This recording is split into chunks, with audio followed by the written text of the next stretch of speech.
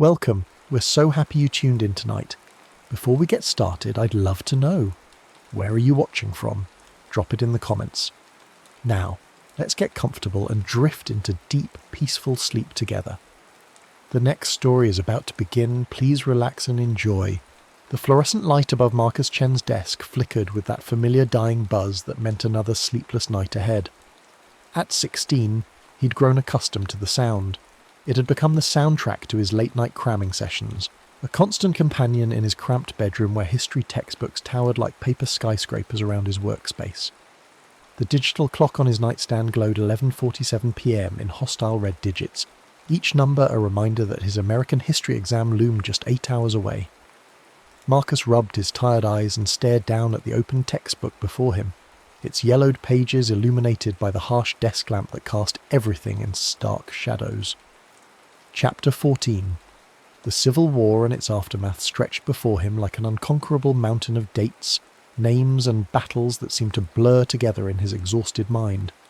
He'd always been drawn to history, not the sanitized version they served up in Mrs. Patterson's third-period class, but the real, messy human stories that lay buried beneath layers of academic analysis and standardized test preparation. If only I could have been there, Marcus muttered to himself, the words barely audible in the quiet house where his parents had long since gone to bed. If only I could see what it was really like instead of just memorizing when Fort Sumter was attacked, or how many casualties there were at Gettysburg. His finger traced along the page as he read about Lincoln's presidency, about the weight of a nation divided, about decisions that shaped the course of American history. The text felt cold, clinical, stripped of the passion and fear and hope that must have filled those crucial moments. He turned the page and found himself face to face with a detailed account of April 14th, 1865, the night that changed everything. The assassination of Abraham Lincoln at Ford's Theatre was covered in meticulous detail. John Wilkes Booth's careful planning, the president's fateful decision to attend Our American Cousin, the single gunshot that echoed through the theatre box and reverberated through history. Marcus had read this section dozens of times before, but tonight something felt different. The words seemed to pulse on the page, as if they contained some hidden energy waiting to be released. As he read about Mary Todd Lincoln's laughter at the comedy just moments before tragedy struck, Marcus felt a familiar frustration building in his chest. How could no one have seen it coming? How could security have been so lax? How could they have let Booth, a known Confederate sympathizer, get so close to the president? The questions swirled in his mind like autumn leaves caught in a whirlwind, each one leading to another, until he felt dizzy with the weight of historical hindsight. The textbook described Booth's movements that night with clinical precision. His arrival at the theatre around 10 o'clock, his familiarity with the building's layout from his days as a performer, his knowledge of the play's timing that allowed him to time his attack with the loudest laugh from the audience. Marcus found himself imagining the scene. The gaslit theatre, the rustle of silk dresses, the murmur of an audience enjoying an evening's entertainment, completely unaware that they were about to witness one of history's most consequential crimes. His eyes grew heavy as he read about the aftermath. Lincoln's death the following morning, the manhunt for Booth, the nation's descent into grief and confusion. The words began to swim before his vision, letters rearranging themselves in patterns that seemed almost alive. Marcus blinked hard, trying to focus, but the ink appeared to be moving, shifting like liquid mercury across the page. He rubbed his eyes again, convinced that exhaustion was playing tricks on him, but when he looked back at the textbook, the phenomenon had only intensified. The black ink was definitely moving now, flowing in slow, hypnotic spirals that seemed to draw his gaze deeper into the page. The words about Lincoln's assassination began to glow with a strange warm light, as if illuminated from within.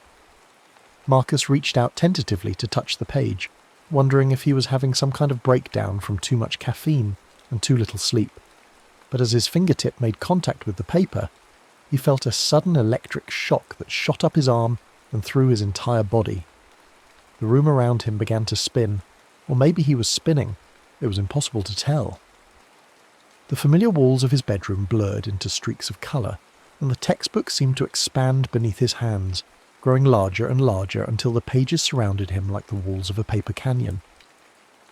The words floated up from the surface, swirling around him in a tornado of dates and names and historical facts, and Marcus felt himself falling, tumbling through layers of text and time, as if the very fabric of reality had torn open and swallowed him whole. He fell through darkness punctuated by flashes of images, soldiers marching, cannons firing, politicians arguing in gaslit chambers, all of it rushing past him at impossible speed. The sensation was like drowning in history itself, being pulled down into the depths of time by currents too strong to resist. Marcus tried to call out, but no sound came from his throat, and he wondered if this was what dying felt like, this dissolution into the past, this merging with the stories he'd spent so many nights reading about. Then suddenly, the falling stopped. Marcus hit something solid with a bone-jarring impact that knocked the wind from his lungs and sent stars exploding across his vision. He lay there for several moments, gasping and disoriented, trying to make sense of what had just happened. Slowly his senses began to return, and he realised he was no longer in his bedroom. The surface beneath him was rough cobblestone, slick with moisture and scattered with debris. The air smelled different, heavier, laden with wood smoke and horse manure and something else he couldn't identify. Marcus pushed himself up on shaking arms and looked around. He was lying in a narrow alley between two brick buildings, their walls blackened with soot and age. Gas lamps flickered at the mouth of the alley, casting dancing shadows that seemed to reach for him with grasping fingers. The sound of horses' hooves and wooden wheels on stone echoed from somewhere nearby, along with the murmur of distant voices and the occasional bark of a dog. This couldn't be real. It had to be a dream, or a hallucination brought on by too much studying and too little sleep. But as Marcus climbed unsteadily to his feet, every sensation felt startlingly vivid. The cold bite of the night air against his skin, the rough texture of the brick wall against his palm, the acrid smell of burning coal that made his eyes water. If this was a dream, it was the most realistic one he'd ever experienced. He stumbled toward the mouth of the alley and peered out into what appeared to be a 19th century street scene. Gas lamps lined the thoroughfare, their warm glow illuminating a world that looked like it had stepped directly out of his history textbook. Horse-drawn carriages clattered past, their drivers bundled in heavy coats against the chill. Men in dark suits and top hats walked briskly along the sidewalks, while women in long skirts and bonnets hurried past with packages tucked under their arms. Marcus looked down at himself and immediately understood why several passers-by had turned to stare. His modern clothes, a faded Star Wars t-shirt ripped at jeans and beat-up sneakers, stood out like neon signs in this gaslit world. A man in a beaver fur hat actually stopped walking and pointed at him, saying something to his companion in a voice too low to hear. Marcus quickly ducked back into the shadows of the alley, his heart pounding with a mixture of excitement and terror. Where was he? More importantly, when was he? The architecture, the clothing, the very feel of the air all suggested the mid-19th century, but that was impossible. People didn't just fall through textbooks and land in the past. Things like that happened in science fiction movies, not to 16-year-old high school students cramming for history exams. But as impossible as it seemed, Marcus couldn't deny the evidence of his senses. This place felt real in ways that dreams never did. He could feel the cold seeping through his thin t-shirt, could smell the complex mixture of coal smoke and human activity that permeated the air, could hear the authentic sounds of a city powered by horses and heated by fire. If this was a hallucination, it was the most complete and convincing one in medical history. He needed clothing, proper clothing that would allow him to move through this world without attracting attention. Marcus crept deeper into the alley system behind the buildings, looking for any opportunity to acquire period-appropriate garments. His modern sensibilities rebelled at the idea of stealing, but his survival instincts overrode his moral qualms. If he was really in the 19th century, standing out as a strangely dressed outsider could be dangerous in ways he couldn't even imagine. After nearly an hour of searching, Marcus found what he needed hanging from a clothesline behind a modest boarding house. The garments were still damp from washing, but they appeared to be roughly his size: dark wool trousers, a white cotton shirt, a simple vest, and a coat that had seen better days but would serve his purposes. He felt like a thief as he untied the clothes from the line, but he promised himself he would find a way to repay the owner if he ever figured out how to return to his own time. Changing clothes in the darkness of the alley was an awkward, fumbling process, made more difficult by his shaking hands and the unfamiliar fastenings and cuts of 19th century clothing. The trousers were looser than modern pants, but shorter, ending well above his ankles. The shirt collar felt stiff and uncomfortable, and the vest was tight across his chest. But when he finally emerged from the alley wearing his borrowed costume, he found that he attracted far less attention from passing pedestrians. Now came the crucial question. What date was it? Marcus needed to know exactly where and when he had landed if he hoped to make any sense of his situation. He approached a newspaper vendor on the corner, a grizzled man in a threadbare coat who was calling out headlines to the passing crowd. Evening paper, latest news from the Capitol, President Lincoln to attend the theatre tonight. Marcus felt his blood turn to ice water in his veins. Lincoln at the theatre could only mean one thing. Ford's Theatre, April 14th, 1865, the night that would live in infamy as one of the darkest moments in American history. He fumbled in his pockets for money, but of course his modern currency would be useless here. The newspaper vendor looked at him expectantly, and Marcus realised he had no way to purchase the paper that would confirm his worst fears. "What's the date?" Marcus asked, trying to keep his voice casual despite the panic rising in his throat. The vendor squinted at him suspiciously. "You feeling all right, son? It's April 14th, year of our Lord 1865. Now you buying a paper or not? April 14th, 1865. The date hit Marcus like a physical blow and he staggered backward, his mind reeling with the implications. He was here, in Washington, D.C., on the very night that John Wilkes Booth would assassinate Abraham Lincoln. He was living through one of the most pivotal moments in American history, but unlike everyone around him, he knew exactly what was going to happen. The knowledge felt like a lead weight in his stomach. In just a few hours, the president would arrive at Ford's Theatre to watch Our American Cousin. He would settle into his box with Mary Todd Lincoln and their guests, enjoying a rare evening of relaxation after the long years of civil war. And then, at approximately 10:15 p.m., John Wilkes Booth would slip into the presidential box and fire a single shot that would change the course of history. Marcus walked through the gaslit streets in a daze, his mind struggling to process the magnitude of his situation. All around him, people went about their evening routines with no idea that their world was about to be shattered. He passed couples strolling arm in arm, children playing in the lamplight, men discussing business outside a tavern, normal people living normal lives, blissfully unaware that their president had only hours left to live. The weight of his knowledge was almost unbearable. Marcus knew things that no one else in this time period could possibly know, not just the fact of the assassination, but the precise details of how it would unfold. He knew that Booth had been planning this for weeks, that he had co-conspirators positioned throughout the city, that the attack on Lincoln was part of a larger plot to decapitate the Union government. He knew that Major Henry Rathbone would be wounded trying to stop Booth, that doctor. Charles Leal would be the first physician to reach the dying president, that Lincoln would linger through the night before dying at 7:22 the following morning. But what was he supposed to do with this knowledge? The rational part of his mind insisted that he couldn't possibly change history, that the events of April 14th, 1865 were fixed points in time that couldn't be altered. But another part of him, the part that had always been frustrated by the passive nature of studying history, whispered that maybe he could make a difference. Maybe his impossible journey through time had happened for a reason. Maybe he was meant to save Abraham Lincoln. The idea was terrifying in its implications. If he somehow managed to prevent the assassination, what would happen to history? Would the Reconstruction period unfold differently? Would the course of American development change in ways he couldn't predict or control?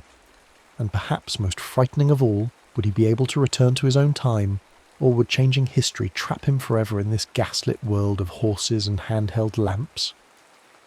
Marcus found himself walking toward Ford's Theatre, almost without conscious decision, drawn by a mixture of morbid fascination and desperate hope. The building loomed before him in the gaslight, its facade decorated with patriotic bunting in preparation for the president's visit. People were already gathering outside, dressed in their finest clothes for an evening of entertainment. They had no idea they were assembling to witness a tragedy.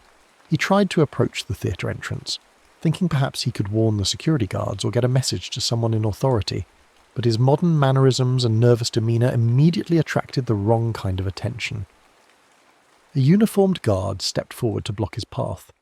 "State your business, young man," the guard said, his hand resting on the grip of his pistol.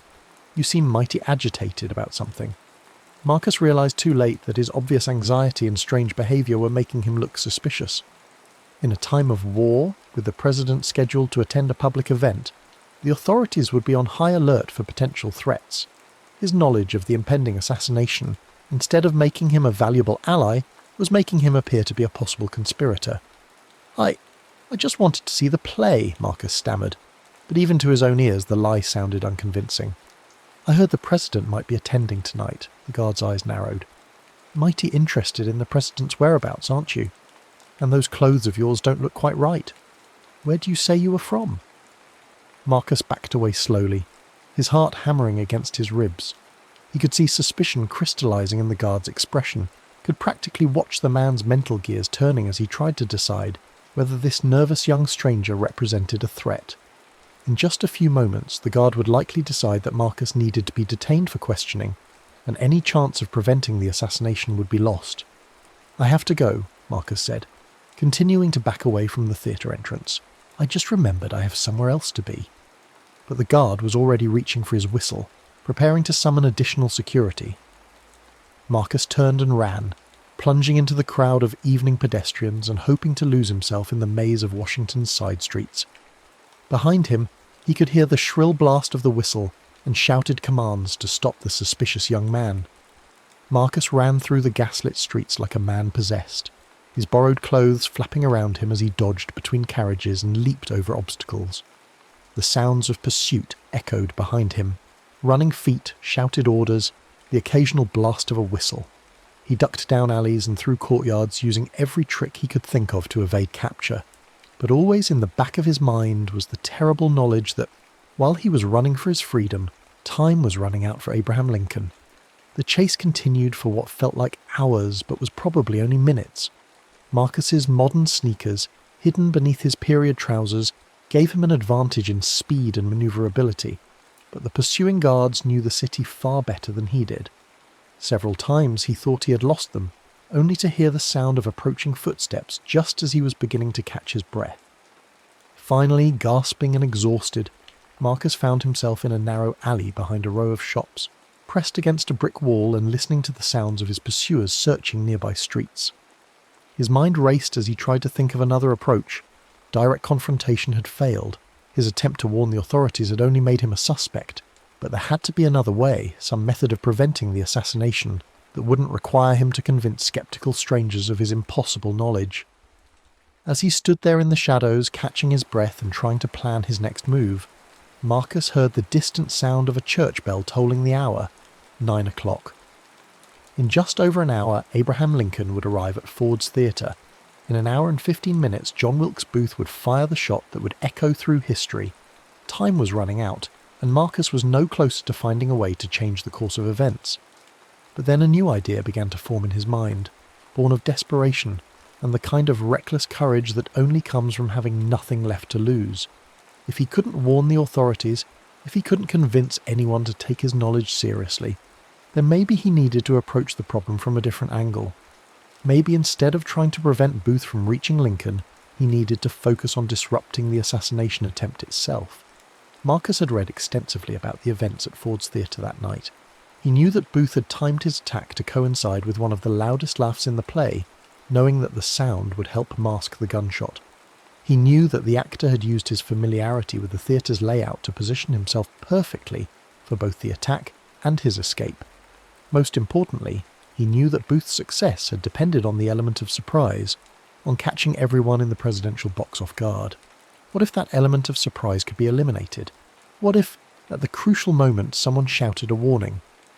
The chaos that would result might be enough to save Lincoln's life, even if it couldn't prevent all harm from coming to him. The plan was desperate and dangerous, with 1,000 ways it could go wrong.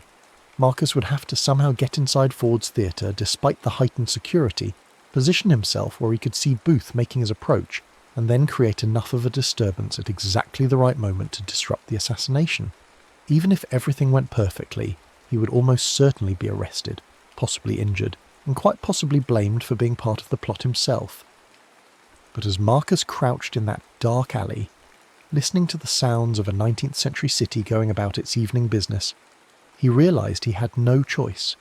He had been given an impossible gift, knowledge of a tragedy before it occurred and the chance to prevent it. The weight of that responsibility was crushing, but it was also clarifying. Whatever the personal cost, he had to try.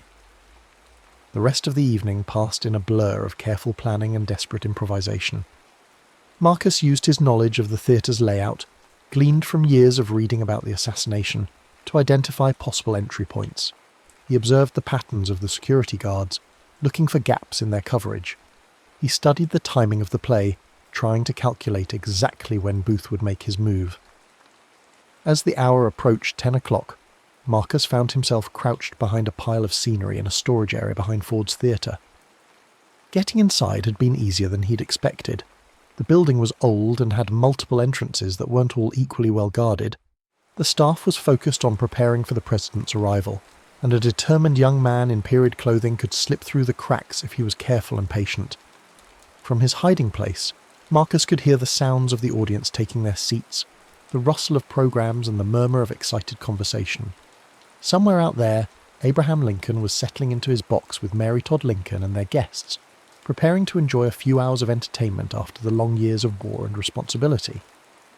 The president had no idea that death was stalking him through the corridors of the theatre, that his assassin was even now making final preparations for the attack. Marcus checked his pocket watch, a timepiece he had lifted from a distracted gentleman earlier in the evening, another crime added to his growing list of moral compromises. 10:10 p.m. Just 5 minutes until Booth would make his entrance into the presidential box. 5 minutes to summon the courage for what he was about to do. The sounds from the stage indicated that our American cousin was approaching the scene where Booth would strike. Marcus had read the accounts so many times that he could practically recite the dialogue from memory. In just a few moments, actor Harry Hawke would deliver the line that always got the biggest laugh from the audience. "Don't know the manners of good society, eh? Well, I guess I know enough to turn you inside out, old gal, you sock-dologizing old man-trap." The audience would erupt in laughter, and in that moment of noise and distraction, Booth would fire his fatal shot, unless Marcus could prevent it. He crept forward through the backstage area, using the shadows and stored equipment to conceal his movement. His heart was pounding so hard he was sure everyone in the theatre could hear it, but he forced himself to keep moving. Through a gap in the curtains he could see into the theatre itself, the stage brightly lit by calcium lights, the audience packed into every available seat, and there, in the presidential box draped with American flags, the distinctive profile of Abraham Lincoln himself. It was shocking to see the president in person, even from a distance. All the photographs and paintings Marcus had studied couldn't capture the reality of Lincoln's physical presence, his unusual height, the way he carried himself, the sense of weariness and determination that seemed to emanate from him, even during a moment of relaxation. This was the man who had held the nation together through its greatest crisis, who had proclaimed the emancipation of enslaved people, who had delivered the Gettysburg Address and the Second Inaugural Address. This was one of the most important figures in American history, and in just minutes he would be murdered unless Marcus could find the courage to act. Movement in the shadows caught Marcus's eye, and he felt his breath catch in his throat. There, moving silently through the backstage area with the confidence of someone who belonged there, was John Wilkes Booth. Even in the dim light, the actor was unmistakable. His handsome features, his theatrical bearing, the way he moved with the fluid grace of someone trained for the stage. He was dressed impeccably in dark clothing, and in his right hand Marcus could see the glint of metal that must be the single-shot Derringer pistol that would change history. This was it. The moment Marcus had been preparing for, the collision between past and future that would determine not just the fate of Abraham Lincoln, but possibly the entire course of American history. Marcus felt frozen with the magnitude of what was about to happen, paralysed by the weight of responsibility and the terror of potentially making everything worse. But then he thought of all the history books he had read, all the accounts of the grief and chaos that followed Lincoln's death, all the speculation about what might have been different if the president had lived to guide Reconstruction. He thought of the countless lives that might be saved, the suffering that might be prevented, the different path American history might take if this one moment could be changed. Marcus stepped out of the shadows. The stage below erupted in laughter as Harry Hawk delivered his famous line, and in that instant, Marcus saw Booth raise his pistol and step toward the door of the presidential box. Time seemed to slow to a crawl, each second stretching into an eternity as Marcus watched the most famous assassination in American history begin to unfold before his eyes. "Stop!" Marcus shouted at the top of his lungs, his voice cutting through the laughter like a knife. "He's got a gun! Stop him!" The effect was instantaneous and electric. The laughter died as if cut off by a switch, and every head in the theatre turned to locate the source of the disruption. Booth spun around, his carefully planned attack thrown into chaos by the unexpected warning. For a moment that seemed to last forever, assassin and time traveller stared at each other across the dimly lit backstage area, and Marcus saw surprise and rage flicker across the actor's handsome features. Then chaos erupted. Security guards rushed toward the commotion, audience members screamed and pointed, and Booth, realizing that his carefully orchestrated plan had been destroyed, turned and fled through the theatre's corridors. Marcus found himself swept up in the pandemonium, pushed and shoved by panicking crowd members and grasping security personnel who weren't sure if he was hero or villain. Through the confusion, Marcus caught a glimpse of the presidential box where Abraham Lincoln was being hustled to safety by his guards. Very much alive and very much confused about what had just happened, the sight sent a surge of triumph through Marcus's chest. He had done it. Against all odds, against the flow of history itself, he had saved the 16th President of the United States.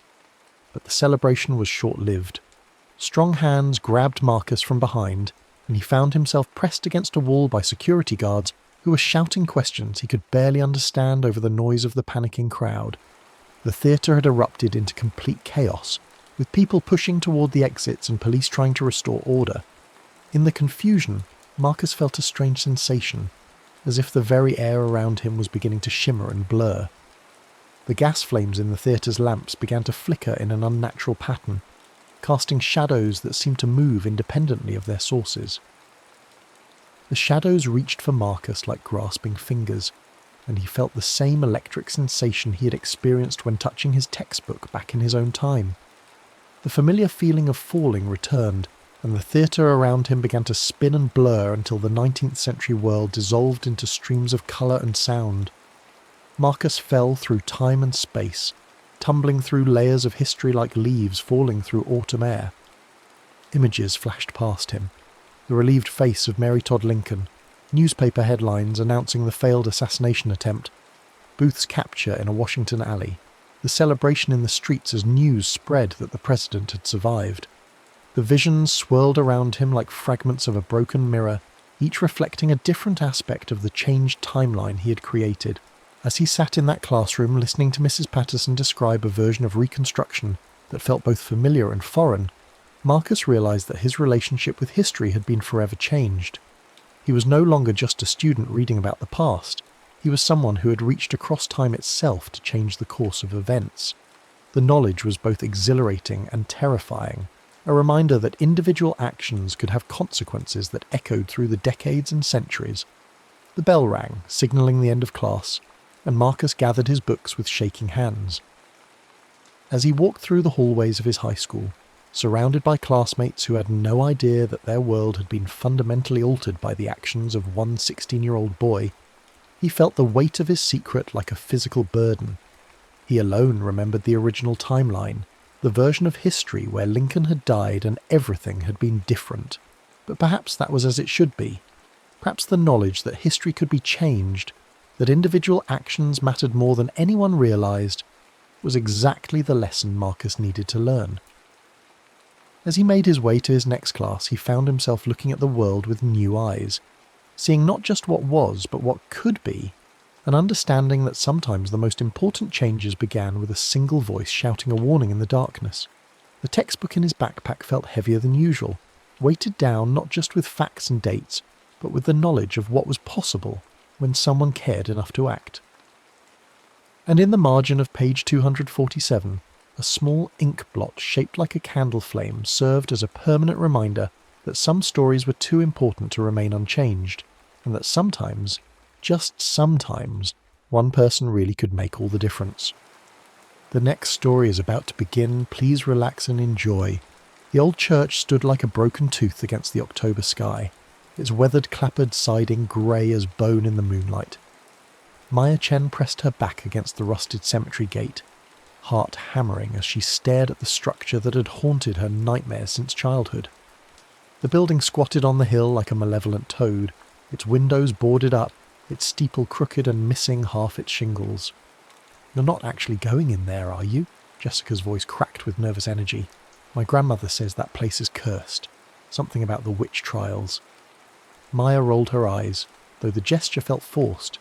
At 16, she'd built her reputation on fearlessness, on being the one who'd take any dare, climb any fence, explore any forbidden place. Tonight's dare had come from Connor Walsh, the kind of popular kid who noticed Maya only when he needed someone to do something stupid for his entertainment. "It's just an old building," Maya said, her voice steadier than she felt. "Salem witch trial stuff is tourist trap nonsense. Besides, the trials were in Salem, not here in Millbrook." "Tell that to Goodwife Hartwell," Connor said with a grin that didn't reach his eyes. "She was accused right here in that church. Tortured until she confessed to dancing with the devil. They say her screams still echo in there on quiet nights." Maya's skin prickled, but she forced herself to shrug. "Prove it." The words tumbled out before she could stop them. Connor's grin widened.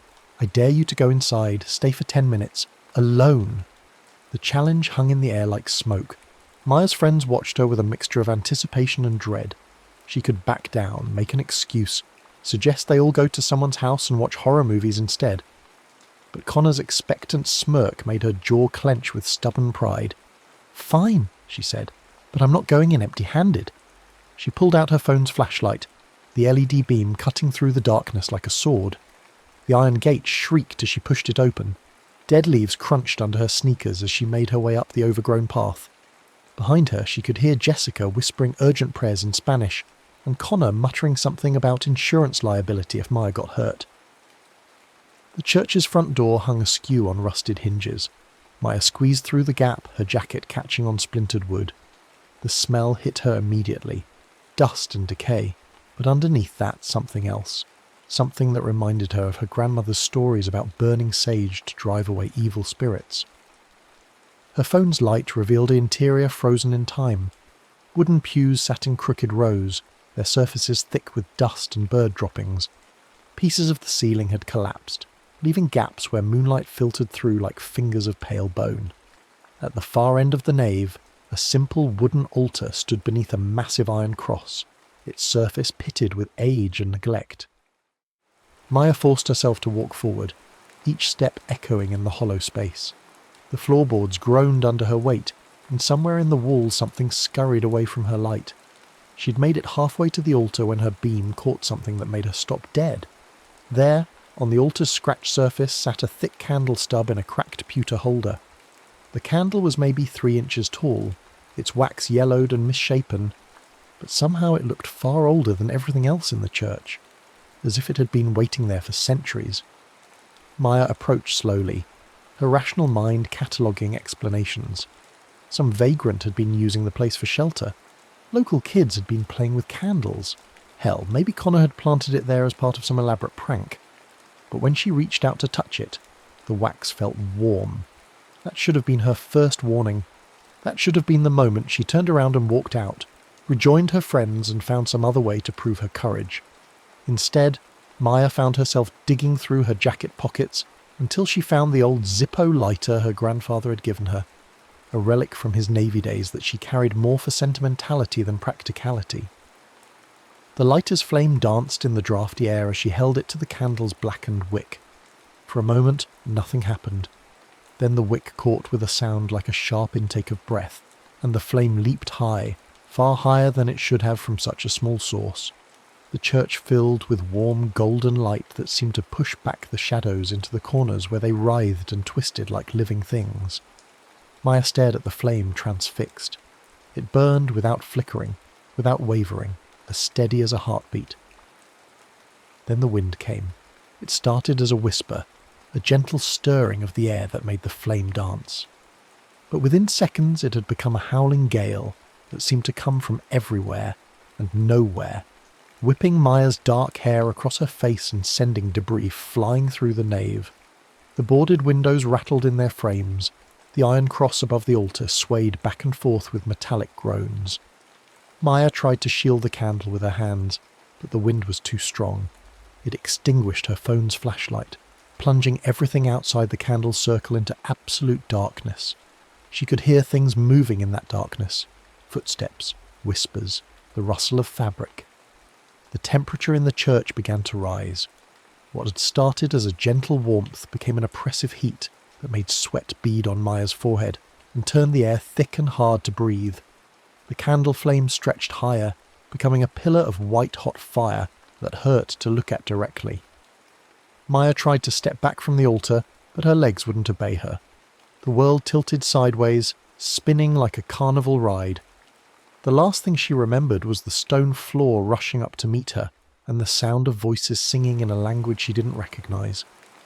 When consciousness returned, Maya's first thought was that someone had turned on the lights. She lay on her side on what felt like freshly swept wooden planks, not the debris-covered stone she remembered. Warm sunlight streamed through clear glass windows, and the air smelled of beeswax and fresh bread instead of decay and bird droppings. Maya sat up slowly, her head pounding. The church around her was transformed. The pews were sturdy and well-maintained, their wood polished to a warm glow. The walls were clean and painted white, decorated with simple wooden crosses and biblical verses in elaborate calligraphy. The altar where she'd found the candle now held only a simple wooden cross and a leather-bound Bible. And the church was full of people. Men in dark wool coats and broad-brimmed hats sat beside women in long dresses and white caps, their faces turned toward the pulpit where a stern-looking minister in black robes was delivering a sermon about the dangers of consorting with evil spirits.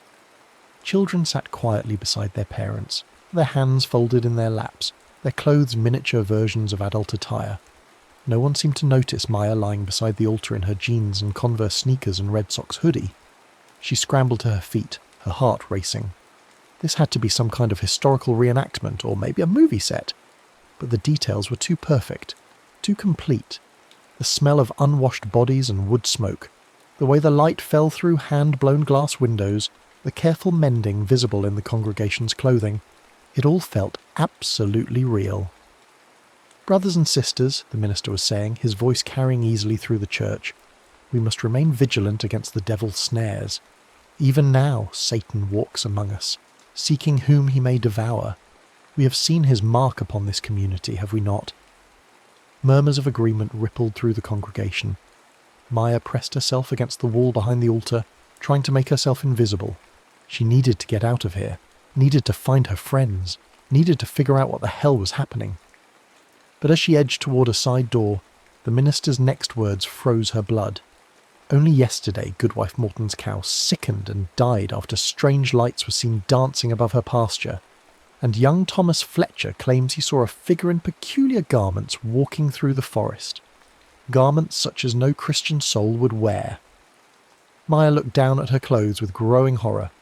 Her jeans were faded and ripped at the knees. Her sneakers were bright white with neon green laces. Her hoodie bore the Red Sox logo in bold red letters.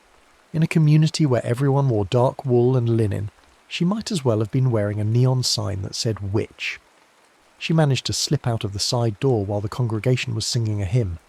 Outside, the transformation was even more complete and impossible to deny. The Millbrook she knew was gone. No paved roads, no power lines, no cars or streetlights. Instead, she saw dirt paths winding between small wooden houses with thatched roofs and vegetable gardens.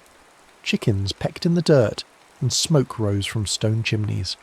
In the distance, she could see men working in fields with hand tools, and women hanging laundry on lines stretched between trees. The air was clean and sharp, free of the constant background hum of traffic and machinery she'd never noticed until it was gone. This wasn't a reenactment. This wasn't a movie set. Somehow, impossibly, she was in the past. Maya stumbled behind the church, her mind reeling. Time travel was impossible. This had to be a dream, or a hallucination, or some kind of breakdown brought on by stress and too much caffeine. But the ground was solid under her feet, the autumn air cold against her face.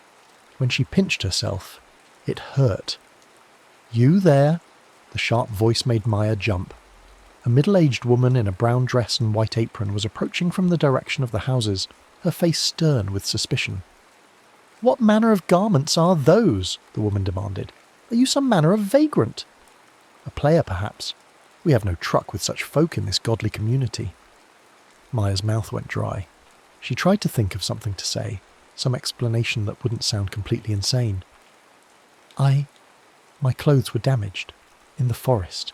I need to find—" "Your speech is strange," the woman interrupted. "You're not from hereabouts. From whence do you come?" "Boston," Maya said quickly. It was close enough to be believable, and she'd visited enough times to fake some familiarity. The woman's eyes narrowed. "You speak strangely for one from the Bay Colony, and those garments— show me your hands." Maya hesitated, then extended her hands palm up. The woman examined them with the intensity of a detective. "Soft," she pronounced. "No calluses, no staining from dye or cooking. You're no honest working woman," her voice rose. "Goodman Fletcher, come quickly." A tall man emerged from a nearby house, his face grim. "What troubles you, Goodwife Parsons?" This strange woman appeared as if from nowhere, dressed in the devil's own cloth. Look at her hands, soft as a babe's. What honest Christian woman has hands such as these? More people were gathering now, drawn by the commotion. Maya saw suspicion and fear in their faces, the kind of mob mentality she'd read about in history books, but never imagined experiencing firsthand. "Please," she said, backing away. "There's been a misunderstanding. I'm just lost. I need to find my way home." "Home?" Goodman Fletcher stepped closer. "And where might that be?" "What village claims you?" Maya's mind went blank. She knew virtually nothing about colonial Massachusetts beyond what she'd learned in high school history class. She couldn't name any villages beyond Salem and Boston, couldn't fake the accent or the mannerisms or the cultural knowledge these people took for granted. She started, then stopped. Whatever she said would only make things worse. "She cannot answer," Goodwife Parsons declared triumphantly. "No doubt because she comes from no Christian place. Look at her hair, dark as Satan's own, and her skin. What manner of witchcraft keeps it so unblemished?" The crowd murmured agreement. Maya's half-Korean heritage, which had never been anything but a source of pride, was apparently another mark against her in this time and place. "We should take her to Reverend Blackwood," someone called out. "Let him determine if she be a servant of the evil one." That broke Maya out of her paralysis. She turned and ran. Behind her, shouts erupted. "Stop her! She flees like the guilty thing she is!" Maya crashed through the forest that bordered the settlement, branches tearing at her clothes and face. She could hear pursuit behind her, men's voices calling to each other, the sound of dogs barking. Her modern sneakers gave her an advantage on the uneven ground, but she knew she couldn't run forever. She found shelter in a shallow cave formed by fallen boulders, curling up in the deepest shadows and trying to control her breathing. Hours passed before the sounds of search faded away. As darkness fell, Maya crept out of hiding. She needed food, water, and most importantly, she needed information. The candle had somehow transported her backward in time. But how far back? And more importantly, how could she get home? She made her way carefully back toward the settlement, staying in the tree line. Most of the houses were dark, but she could see candlelight flickering in a few windows. At one house on the edge of town, she could hear voices through the thin walls. "Witch's fire," they say. Goodwife Hartwell spoke of it before they hanged her. Claimed she'd seen it dancing above the old oak on the night she made her compact with the devil. Maya crept closer, pressing her ear to the wooden wall. "Aye," another voice agreed. "My grandmother told me the same tale. Said the witch's fire could open doorways to hell itself, but only when the moon was full and the devil's power was strongest. Thank the Lord we're past the full moon then. 3 weeks hence before we need worry about such blasphemous sorcery." Maya's heart sank. 3 weeks. She had to survive 3 weeks in a community that already suspected her of witchcraft. Then somehow get back to the church and light that candle again. She spent the next several days hiding in the forest, drinking from streams and eating berries and roots she recognised from a survival class she'd taken the previous summer. But as the weather grew colder and her stomach cramped with hunger, she realised she wouldn't last 3 weeks on her own. She needed help. Maya had noticed that not all the colonists were equally zealous in their witch hunting. Some of the women, especially the older ones, seemed more focused on practical concerns than supernatural fears. She decided to approach one of them, carefully and with a story that might earn sympathy rather than suspicion. Sarah Goodwin was hanging laundry behind her small house when Maya approached. The older woman looked up with startled eyes, then glanced quickly toward the settlement to see if anyone was watching. "You're the strange girl they've been hunting," she said quietly. "They say you're a witch." "I'm not," Maya said simply. "I'm just lost and scared and far from home." Sarah studied her for a long moment. Maya tried to look as harmless and desperate as possible, which wasn't difficult given her circumstances. "Your clothes," Sarah said finally. "They're not like anything I've seen. And that strange speech of yours." "I come from very far away," Maya said. "A place where people dress differently, speak differently. I was travelling when bandits attacked our wagon. They killed the others. I've been wandering in the forest ever since." It wasn't entirely a lie, Maya reasoned. She was from a place where people dressed and spoke differently, and she was definitely a long way from home. Sarah's expression softened slightly. "How long since you've eaten?" 3 days. Without another word, Sarah went into her house and returned with a bowl of thick stew and a chunk of brown bread. Maya ate ravenously while Sarah watched. "If they find you here, they'll hang us both," Sarah said. "But I cannot turn away a starving soul. My own daughter died of fever last winter. She was about your age." Maya felt tears prick her eyes at the woman's kindness. "Thank you." "There are clothes in my barn," Sarah continued, "old things of my daughter's. Burn those strange garments you wear. They mark you as surely as if you had the devil's own brand upon your forehead." Maya nodded eagerly. "I will. And I'll leave as soon as I can, I promise. I don't want to bring trouble to your house." "Where will you go?" Maya thought quickly. "Boston. I have relatives there." Another sort of lie. Her family did live in Massachusetts, even if they wouldn't be born for another 300 years. Sarah helped her find clothes that fit reasonably well: a brown wool dress, white apron, and cap. Maya caught sight of herself in a broken piece of mirror and hardly recognised the frightened girl staring back at her. The colonial garments made her look smaller, younger, more vulnerable. "Keep your head down and speak little," Sarah advised. "Your voice still carries strange inflections, and for the love of God, be careful what knowledge you display. These people see witchcraft in any learning that exceeds their own." Maya spent 2 relatively peaceful days hidden in Sarah's barn, helping with chores and learning the rhythms of colonial life. But on the 3rd morning, Sarah shook her awake with panic in her eyes. "They're coming," she whispered urgently. "Someone saw smoke from my chimney and suspected I was harbouring you. They'll search every building." Maya's blood turned to ice. Through the barn's small window she could see a group of men approaching, led by the stern minister from the church and the suspicious Goodman Fletcher. "The loft," Sarah said, pointing to a ladder that led to the barn's upper level. "Hide in the hay. Do not make a sound, no matter what you hear." Maya climbed quickly, burrowing deep into the loose hay just as she heard the barn door crash open. "We know you're hiding her, Sarah Goodwin," Reverend Blackwood's voice boomed. "The girl who consorts with devils. Your own neighbours have marked your suspicious behaviour." "I hide no one, Reverend," Sarah replied, her voice steady despite the circumstances. "Search if you must." Maya held her breath as footsteps moved around below. Someone climbed partway up the ladder, and she pressed herself deeper into the hay, ignoring the way the dry stalks scratched her skin. "Nothing here but old hay," the searcher reported. "Perhaps," Reverend Blackwood said, "but your recent kindness to strangers has been noted, Goodwife Goodwin. Remember that those who aid Satan's servants share in their damnation." After they left, Maya remained hidden for hours before Sarah finally called her down. "You must leave tonight," Sarah said. "They suspect, even if they cannot prove. And She hesitated. "I begin to wonder myself what manner of creature you truly are. You know things no Christian girl should know. Speak of places that exist only in maps and legends." Maya felt her heart break a little. "I'm just a person," she said softly. "A girl who's very far from home and very scared." But she could see the doubt in Sarah's eyes, the fear that was slowly overwhelming compassion. Even her one ally was beginning to turn against her. That night, Maya crept away from Sarah's barn and back into the forest. But she knew now that hiding wasn't an option. The community was too small, too watchful. Eventually they would find her, and when they did, she would hang. She had to get back to that church. Maya spent the remaining days until the full moon moving carefully around the settlement's edges observing and planning.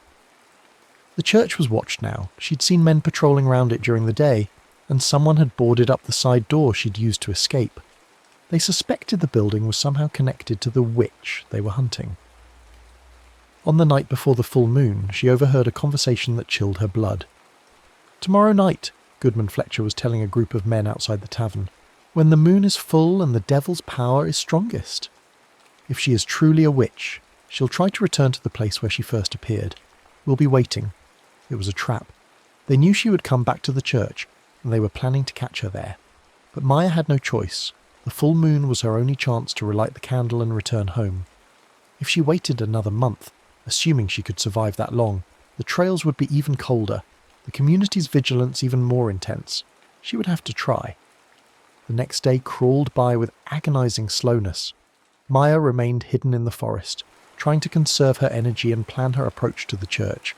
She'd managed to scavenge a few matches from an abandoned campfire, wrapping them carefully in leaves to keep them dry. She had one chance to light that candle, and if the matches failed, she would die in this place and time. As darkness fell, Maya made her way carefully toward the settlement. The full moon hung overhead like a silver coin, casting everything in stark black and white. Perfect for seeing, but also perfect for being seen. She could see the church on its hill, dark and forbidding. But even from a distance she could make out the shapes of men moving around the building. The trap was set. Maya circled around to approach from the cemetery side, where the headstones and monuments would provide cover. She crawled on her belly through the tall grass, every sense alert for movement or sound. She'd made it halfway to the church when she heard the whistle. It was a signal. One of the watchers had spotted her. Shouts erupted from around the church, and Maya saw torch flames springing to life in the darkness. She ran. There was no point in stealth now. Maya sprinted toward the church's front door, hoping against hope that it wasn't locked or blocked. Behind her, the shouts were growing closer. "There!" the witch returns to her master. "Surround the church! Do not let her escape!" Maya reached the front door and threw herself against it. The old hinges gave way and she tumbled inside, scrambling to her feet and running for the altar. The church looked exactly as it had when she'd first arrived, newly built, clean and holy. But now it felt like a trap, with only one exit and an angry mob outside. The candle was there on the altar, unlit, waiting for her. Maya's hands shook as she pulled out the precious matches. The first one broke when she tried to light it. The second one flared briefly, then died in a draught. Outside, the voices were getting closer. She could see torchlight flickering through the windows. "She's inside, bar the doors." The third match caught. Maya held it to the candle's wick with desperate care, praying to any god who might be listening. Nothing happened. "Come on," Maya whispered frantically. "Please, please work." She tried the fourth match. This time, when the flame touched the wick, it caught immediately, blazing up with that same impossible brightness she remembered from her first night in the church. But something was different this time. Instead of warmth, the candle radiated cold, a bone-deep chill that made Maya's breath fog in the air. The flame burned white instead of yellow, and it cast no shadows. The church doors burst open. A crowd of colonists poured in, carrying torches and pitchforks and clubs. At their head was Reverend Blackwood, his face twisted with righteous fury. "Behold," he shouted, "the witch returns to commune with her master. See how the devil's fire burns cold and unholy." Maya pressed herself against the altar, the candle behind her. The mob advanced slowly, their faces masks of fear and hatred in the flickering torchlight. "Confess your sins, witch," Reverend Blackwood commanded. "Renounce Satan and beg God's mercy, and perhaps he will grant you a quick death." "I'm not a witch," Maya said, her voice barely audible over the crackling of torches. "I'm just trying to go home." "Home?" Goodman Fletcher spat. "Your home is in hell with your master." They were close now, close enough that Maya could smell their fear sweat and see the madness in their eyes. This was how it had always ended for the accused in Salem and countless other places, with fire and rope and the screaming of innocents. But as the mob closed in, the candle's flames suddenly blazed higher. The cold light filled the church, and Maya felt the familiar sensation of the world beginning to spin. "Stop her!" Reverend Blackwood shouted. "She seeks to escape through sorcery." Hands reached for Maya, but the spinning sensation intensified. The faces around her became blurred, their shouts fading to whispers. The church walls seemed to dissolve, replaced by swirling darkness shot through with threads of silver light. Maya closed her eyes and held tight to the altar, feeling reality shift around her like water. When the spinning stopped, she was back in the ruined church of her own time. Maya lay on the cold stone floor gasping. The candle was gone. Not even a stub remained in the cracked pewter holder. Moonlight streamed through the gaps in the boarded windows, and she could hear the familiar distant hum of traffic from the main road. She was home. Shakily, Maya got to her feet and looked around. The church was exactly as she'd first found it. Abandoned, decaying, filled with shadows. But something was different. On the altar, carved into the wood with what looked like a knife or perhaps fingernails, were words in an archaic script. They hanged Sarah Goodwin for a witch 3 days after the full moon. She died proclaiming her innocence, but they said her kindness to strangers proved her guilt. Remember her. Remember us all. Maya traced the carving with trembling fingers. Below the main inscription, other names were scratched into the wood, dozens of them. All the people who had been accused, tried and executed in that long-ago community. People whose only crimes had been knowledge, kindness, or simply being different. She made her way carefully out of the church, back to the cemetery gate where her friends had waited. But the gate was empty. Maya pulled out her phone and saw that it was the same time as when she'd entered the church, as if no time had passed at all in her world, even though she'd lived through weeks in the past. There was a text from Jessica. Waited forever, but you never came out. Connor said you chickened out. Where are you? Maya stared at the message for a long time before typing back, On my way home. I'll explain later. But she knew she never would explain, not really. How could she tell them about Sarah Goodwin's kindness, or about the terror in those colonists' eyes, or about the way history felt when you lived it instead of just reading about it? Maya walked home through the quiet streets of modern Millbrook, past the electric streetlights and paved sidewalks and sleeping houses. Everything looked the same, but she felt fundamentally changed. She carried with her now the weight of all those forgotten names, all those people who had died for crimes they never committed. In her pocket she found something that shouldn't have been there, a small piece of pewter, roughly the size and shape of a coin. When she examined it under a streetlight, she could make out faint markings on its surface, words in that same archaic script. Remember us.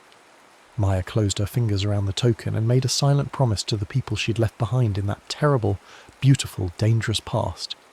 She would remember. She would carry their stories forward into the light of her own time, where perhaps finally they might find peace. And she would never ever light another candle in an old church again. The witch trials of colonial New England had claimed hundreds of lives, most of them women, most of them innocent of anything beyond being different or inconvenient or unlucky. Maya had seen firsthand the machinery of fear and superstition that had ground those lives to dust. She had felt the hot breath of the mob, had seen the righteous fury in their eyes as they prepared to burn her alive. But she had also seen kindness in the midst of cruelty, had known the generosity of strangers like Sarah Goodwin, who risked everything to help someone in need. That kindness had cost Sarah her life, but it had given Maya a chance at survival. As she walked through the night toward home, Maya felt the weight of that gift, and the responsibility it carried. She would remember them all, the victims and the accusers, the brave and the cowardly, the innocent and the guilty.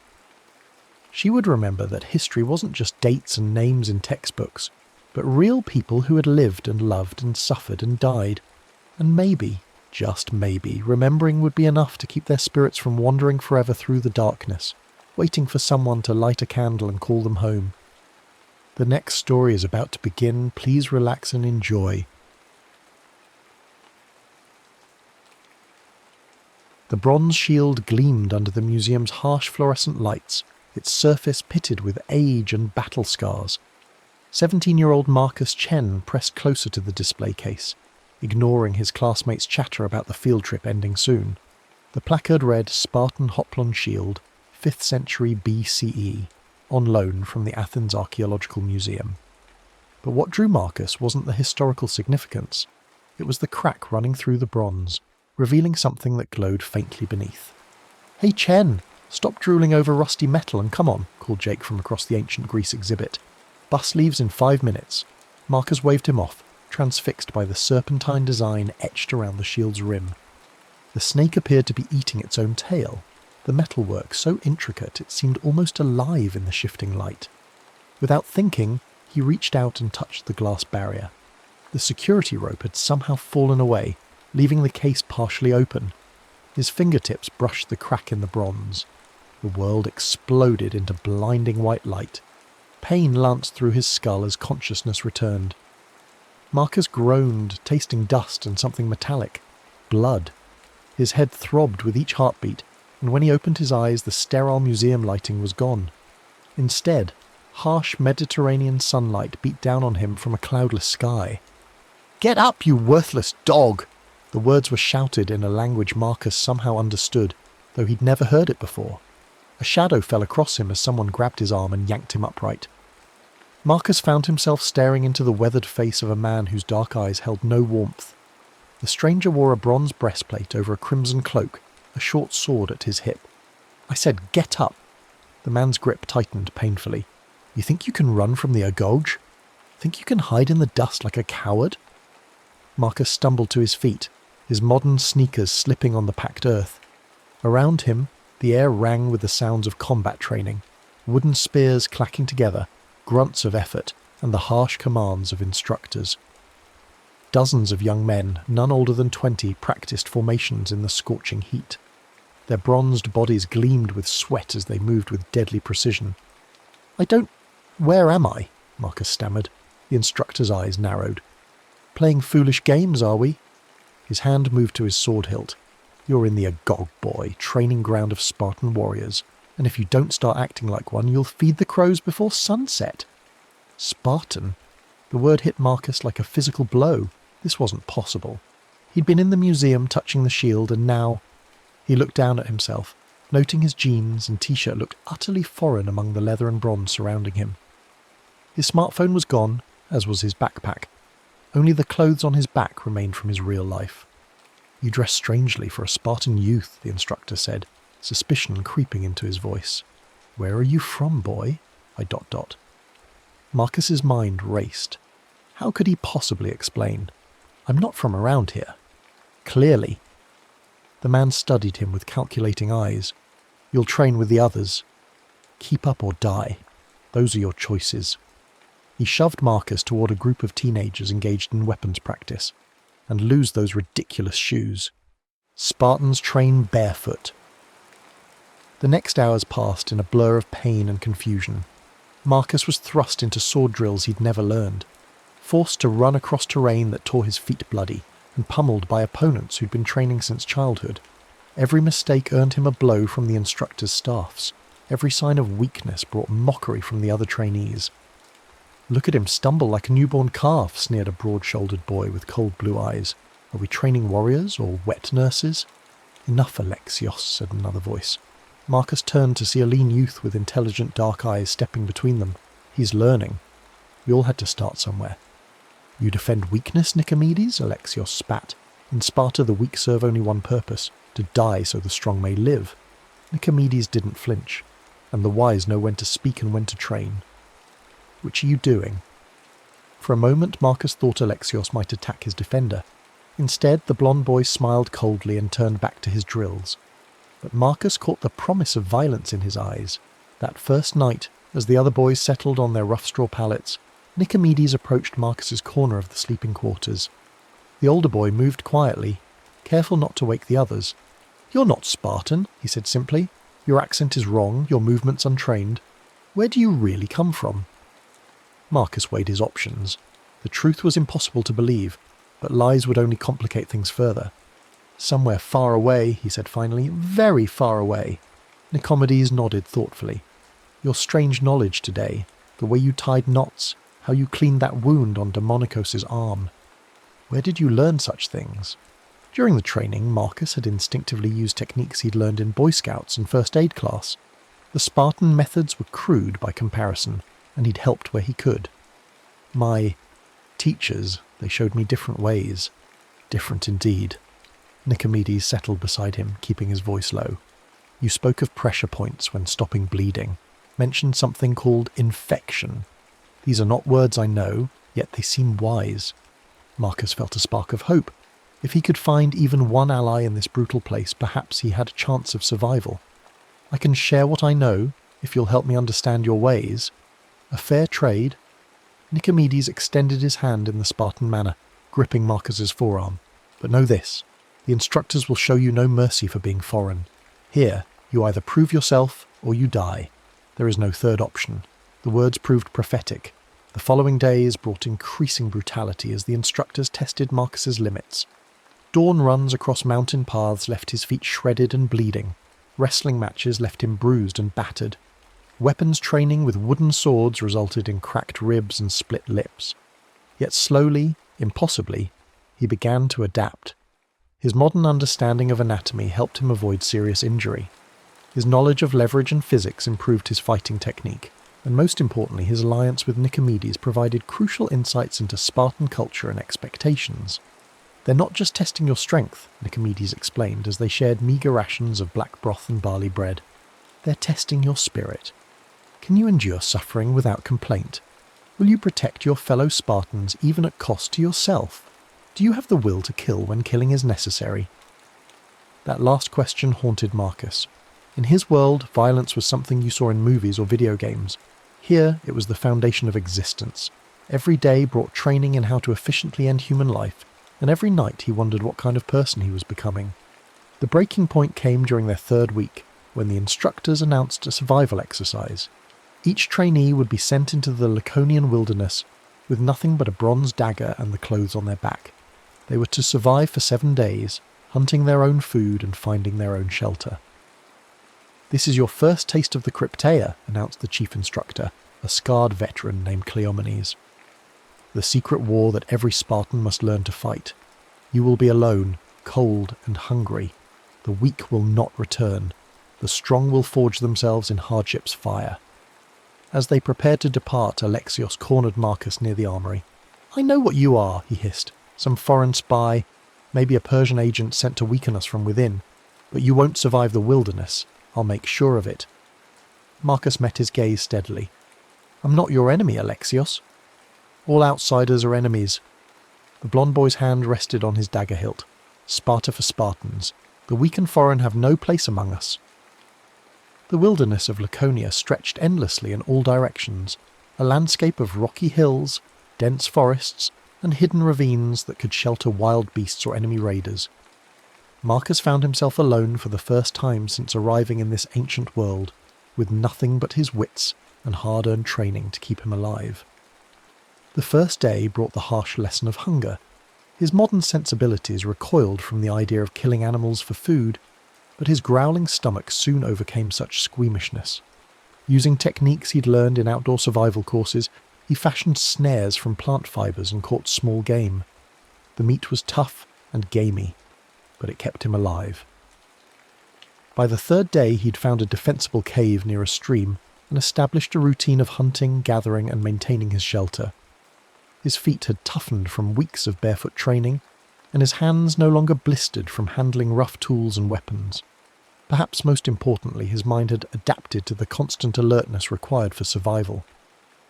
That night, as he roasted a rabbit over his small fire, Marcus heard the snap of a twig outside his cave. He froze, every sense straining. Then Alexios stepped into the firelight, bronze dagger gleaming in his hand. "Did you think I wouldn't follow you?" the Spartan boy said. "Did you think I'd let you return and corrupt our ranks with your foreign weakness?" Marcus rose slowly, his own dagger appearing in his hand. "This doesn't have to happen, Alexios. We're both Spartans now." "You will never be Spartan!" Alexios lunged forward, his blade seeking Marcus's throat. The fight that followed was nothing like the controlled training matches in the Agoge. This was desperate, brutal, and potentially fatal. Alexios fought with skill honed by years of training, but Marcus had advantages the Spartan boy didn't expect. His modern understanding of anatomy let him target vulnerable spots.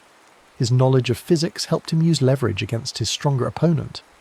They grappled in the dirt outside the cave, each seeking to drive his blade home. Alexios was stronger, but Marcus was more desperate. When the blond boy tried to pin him down, Marcus used a wrestling move he'd learned in high school, rolling his opponent and reversing their positions. For a moment, Marcus held the advantage. Alexios lay beneath him, dagger knocked away, throat exposed. One thrust would end the fight forever. The Spartan way demanded it. Kill or be killed. Show no mercy to enemies. But as Marcus raised his blade, he saw something in Alexios's eyes that stopped him cold. Not just fear, but desperate need. This boy had been raised from birth to believe that only the strong deserved to live, that showing mercy was tantamount to treason against Spartan values. He expected to die because Marcus had proven stronger. "I'm not going to kill you," Marcus said quietly. Alexios stared at him in shock. "What?" "We're both Spartans. We both serve the same purpose." Marcus stood and offered his hand. "The real enemy isn't each other. It's the wilderness, the cold, the hunger. Fight those, not me." For a long moment, Alexios remained on the ground, staring at the extended hand. Then, slowly, he reached up and grasped it. Marcus pulled him to his feet, and they stood facing each other in the flickering firelight. "I don't understand you," Alexios said finally. "Neither do I, sometimes." Marcus gestured to his fire and the roasted meat. "But I understand hunger. Share my fire tonight. Tomorrow we can go back to being rivals." They sat in awkward silence, sharing the meal and warmth. As the fire burned low, Alexios finally spoke again. "Where are you really from? And don't say, far away. I want the truth." Marcus stared into the dying flames, weighing his words carefully. "You wouldn't believe me if I told you. Try me.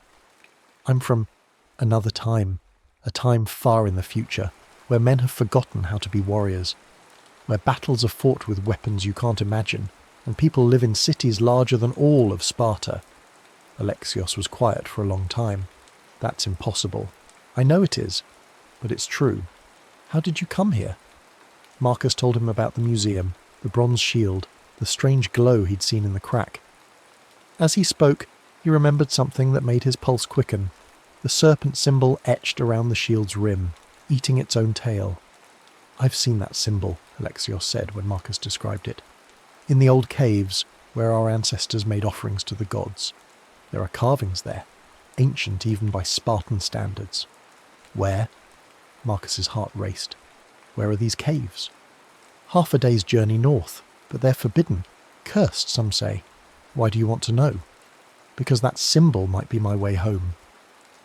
They set out at first light, travelling through terrain that grew increasingly wild and treacherous. The caves Alexios spoke of lay hidden in a narrow ravine, their entrances almost invisible among the rocky cliffs. Ancient stone markers warned away the curious, carved with symbols that predated even the early Spartan settlements. Inside the largest cave, Marcus found what he was looking for. The walls were covered with primitive paintings and carvings, some depicting scenes of hunting and warfare. But at the very back, in a natural alcove that felt heavy with age and power, he found the serpent.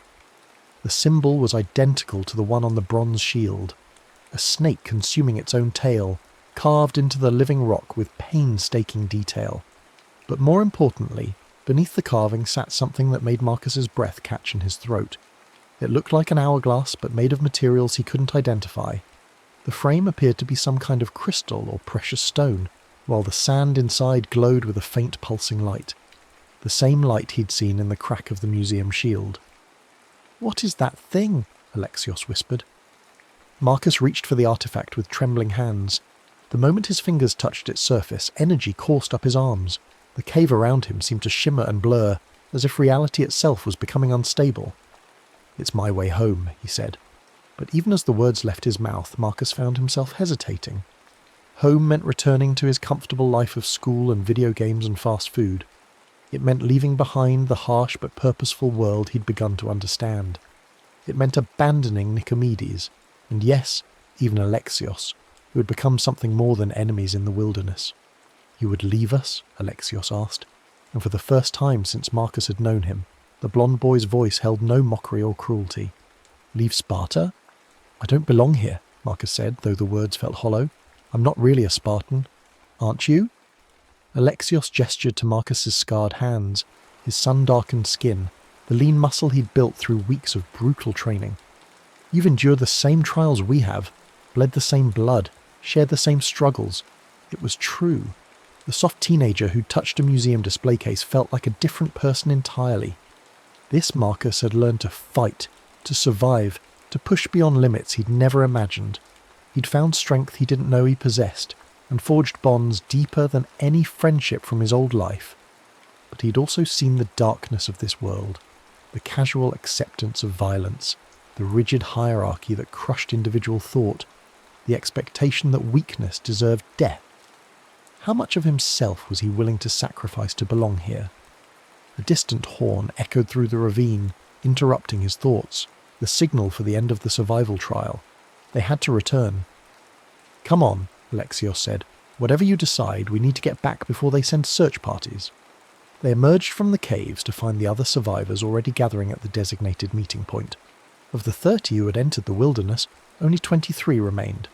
Some had fallen to wild animals, others to exposure or starvation. The instructors showed no emotion at the losses. This was simply the way of things. "So the foreigners' lives," sneered one of the survivors, a brutish boy named Panteets. "I'm surprised the wolves didn't finish him off." "He fought well," Alexios said simply, and the unexpected defence silenced Panteets. If Alexios, who had openly despised Marcus, now spoke for him, others would listen. Nicomedes appeared at Marcus's shoulder, relief evident in his dark eyes. "I worried you might not return. The mountains are dangerous, especially for those unused to them."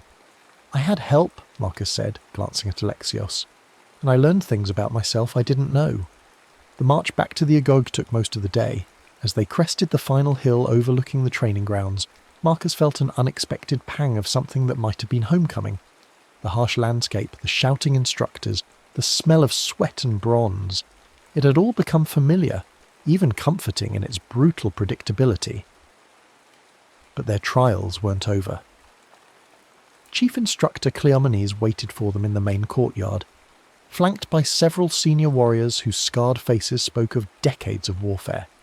23 return, he announced. 7 proved themselves unworthy of Spartan blood, but for the rest of you, one final test remains. He gestured, and weapon racks were brought forward. Not the wooden training swords they'd grown accustomed to, but real bronze blades honed to razor sharpness.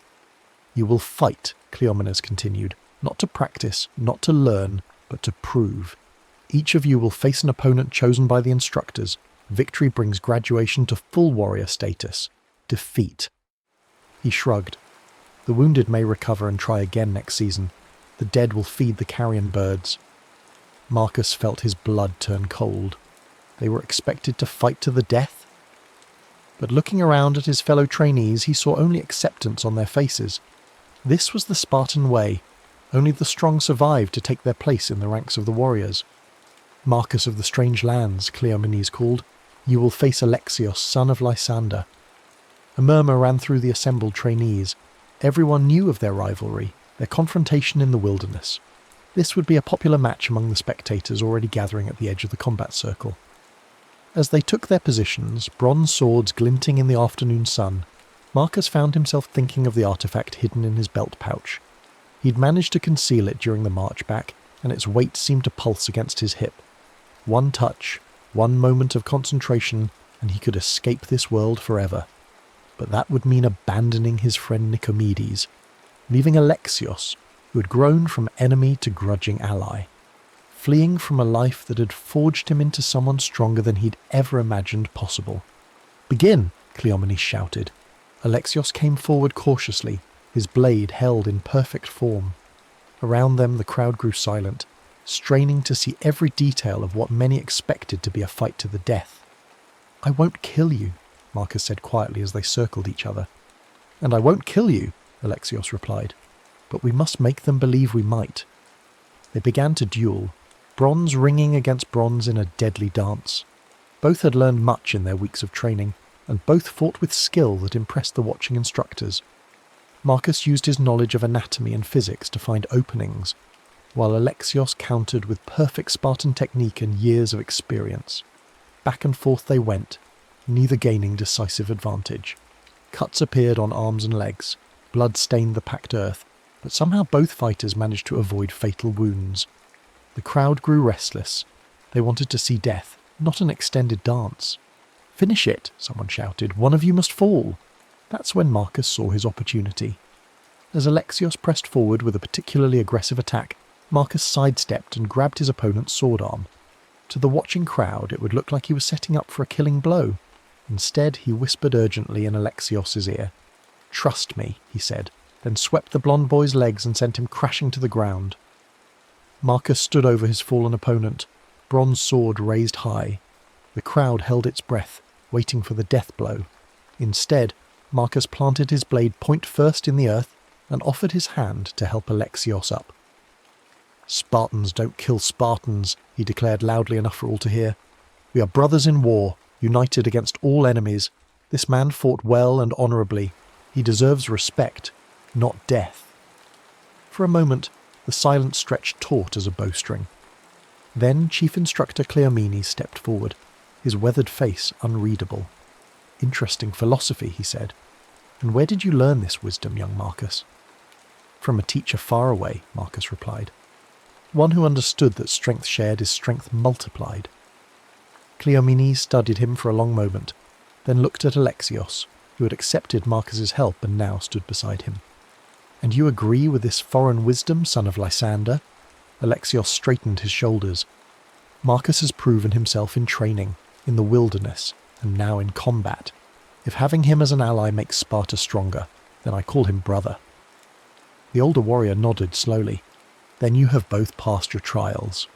Not because you know how to kill, any fool with a sharp stick can kill, but because you know when not to kill, and that is wisdom few warriors ever achieve." The crowd erupted in surprised cheers. It was an unprecedented decision, but Cleomenes was a respected veteran whose judgment carried great weight. Other pairs of fighters, inspired by what they'd witnessed, began finding ways to end their duels without fatalities. Not all succeeded.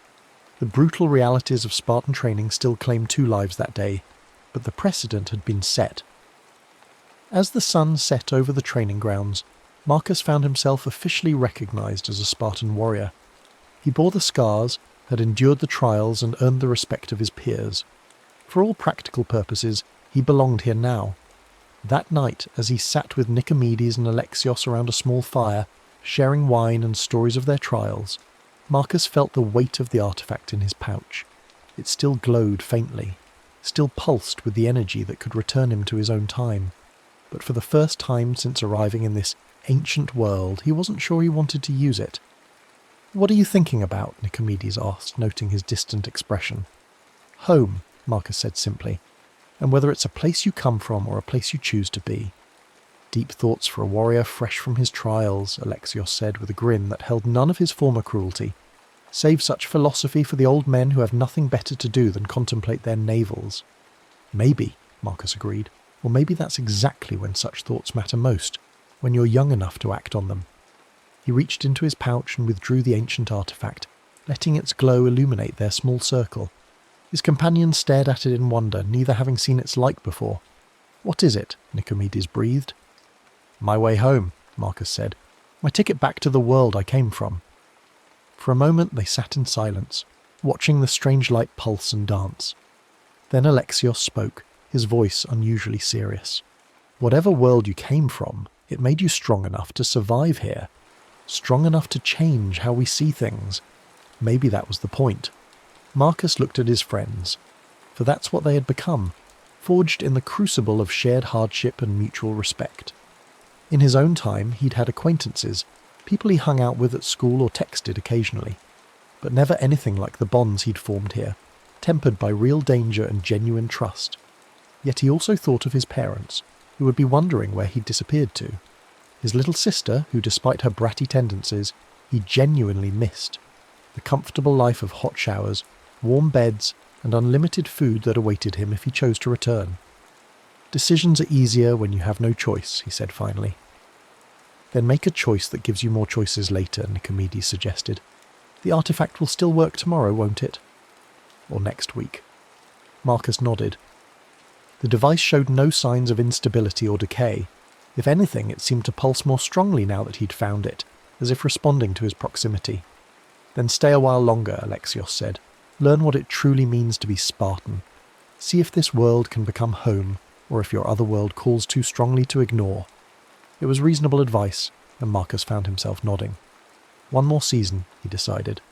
Let me see what kind of warrior I can become, what kind of man I can be here. Then I'll choose. The artifact's glow seemed to pulse in approval as he tucked it away.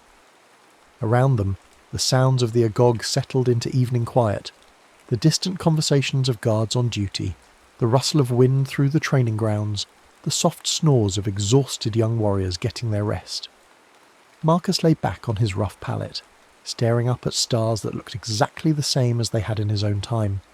Some things, he reflected, were truly eternal. The struggle to find one's place in the world, the bonds forged through shared adversity, the choice between comfort and purpose. Tomorrow would bring new challenges, new training, and eventually new battles. The Spartans were always at war with someone, Athenians, Persians, or rebellious helots. He would face real combat, real danger, and discover what kind of warrior he truly was. But tonight, for the first time since touching that bronze shield in a museum that wouldn't exist for thousands of years, Marcus Chen felt at peace. He had found strength he didn't know he possessed, friends who had become brothers, and a purpose greater than anything his old life had offered. The choice between worlds would come again, he knew. But for now, he was content to be exactly where he was, a young Spartan warrior, scarred by trials and strengthened by adversity, carrying the wisdom of both past and future in his heart. As sleep claimed him, Marcus's hand unconsciously moved to the artifact hidden beneath his pillow. It pulsed once, gently, as if acknowledging his decision. Then its glow faded to a barely perceptible ember, waiting patiently for the moment when its power would be needed again. In the distance, a wolf howled across the Laconian hills, and Marcus smiled in his sleep. He was no longer afraid of wolves, or darkness, or the brutal uncertainties of ancient life. He had become something new, not quite the modern teenager he'd been, not quite the ancient warrior his training had shaped him into, but a bridge between worlds, carrying the best of both into whatever future awaited. The bronze shield in that distant museum had cracked for a reason, he thought, drowsily. Some barriers were meant to be broken, some journeys were meant to be taken, and sometimes finding yourself required losing everything you thought you knew about who you were supposed to be. Marcus Chen had come to ancient Sparta by accident, but he would stay by choice, at least for now. The future, both past and present, could wait for one more season while a young warrior learned exactly what he was capable of becoming. The next story is about to begin. Please relax and enjoy. The rain hammered against the windows of Lincoln High's science wing with a violence that made 16-year-old Maya Chen pause in the hallway, her sneakers squeaking against the polished linoleum as she debated whether to make a run for the parking lot or wait out the storm. The fluorescent lights flickered overhead, casting eerie shadows that danced with each thunderclap, and somewhere in the distance she could hear the emergency radio crackling with weather warnings. She'd stayed late to finish her marine biology project, and now the building felt like a ghost ship, empty except for the skeleton crew of janitors and the occasional security guard making his rounds. Thunder exploded overhead, so close and violent that the windows rattled in their frames, and Maya instinctively ducked, her heart hammering against her ribs. When she straightened, she noticed something odd, a faint pulsing glow emanating from beneath the door of Professor Hendrick's navigation lab, a room she'd passed countless times but never entered. The old man taught maritime history and celestial navigation, subjects that most students considered relics of a bygone era, but something about that strange light drew her forward like a moth to flame. The door was unlocked, which was unusual, and as Maya stepped inside she was greeted by the musty smell of old books and brass instruments. The room looked like a museum exhibit dedicated to the golden age of seafaring. Dusty sextants and astrolabes lined the shelves, while charts of ancient trade routes covered the walls like yellowed wallpaper. But it was the object on the central table that captured her attention. A compass unlike anything she'd ever seen, its brass housing etched with symbols that seemed to shift and writhe in the flickering light. The needle didn't point north. Instead, it spun lazily, tracing patterns in the air as if following some invisible current. Maya approached the table with the reverence of an archaeologist discovering a lost tomb. The compass was beautiful in its strangeness, its surface warm to the touch despite the room's chill. Ancient-looking maps were spread beneath it, their edges brittle with age, showing coastlines that didn't match any geography she recognised. One map in particular caught her eye. It depicted a world where the continents were mere islands scattered across an endless ocean, with cities floating like lily pads on the surface of the sea. She picked up the compass, and immediately the room seemed to hum with electric anticipation. The needle began to spin faster, and the strange symbols around the rim glowed brighter, pulsing in rhythm with the storm outside. Maya felt a tingling in her fingers, as if the compass were alive and responding to her touch. She turned it over, examining the intricate engravings on its back, waves that seemed to flow across the metal surface, and in the centre, a symbol she couldn't identify. An anchor wrapped in chains, with lightning crackling around its edges. The storm outside was growing more violent, and through the windows Maya could see trees bending at impossible angles, their branches whipping through the air like desperate fingers. The lights flickered again, more insistently this time, and she realised she should probably head for the basement until the weather passed. But the compass held her transfixed, its glow growing stronger with each flash of lightning, as if it were somehow connected to the tempest raging outside. She was studying the strange symbols when the world exploded into white-hot brilliance. Lightning struck the building with a force that seemed to shake the very foundations of reality, and Maya felt herself lifted off her feet, the compass burning like a coal in her hands. The last thing she remembered was the sensation of falling through space and time, the compass spinning wildly as reality twisted around her like smoke in a hurricane. When consciousness returned, it came slowly, like surfacing from the depths of a deep, dreamless ocean. Maya's first sensation was the gentle rocking motion beneath her, followed by the sound of water lapping against wood. She opened her eyes to find herself lying on a crude raft made from what looked like pieces of a wooden desk, lashed together with electrical cables. The sun blazed overhead with an intensity that made her squint, and in every direction as far as the eye could see stretched an endless expanse of blue-green water. The compass was still clutched in her right hand, though it no longer glowed. Maya sat up carefully, her head spinning with vertigo and confusion. The raft was barely 6 feet square, cobbled together from school furniture and debris she didn't recognise. A piece of what looked like a street sign served as a makeshift sail, and plastic water bottles, empty now, were tied to the edges as flotation devices. How long had she been drifting? The sun's position suggested either early morning or late afternoon, but without any land. As the hours passed, or what felt like hours in this featureless seascape, Maya's initial confusion gave way to mounting panic. She had no memory of how she'd gotten here, no explanation for the raft or the endless ocean that surrounded her. The last clear memory she had was of standing in Professor Hendrix's laboratory, holding the strange compass as lightning struck the building. Everything after that was a blur of sensations, falling, spinning, the feeling of being torn apart and reassembled by forces beyond her comprehension. The compass needle still moved, but sluggishly now, as if it were sick or dying. Maya studied the maps that had somehow made the journey with her.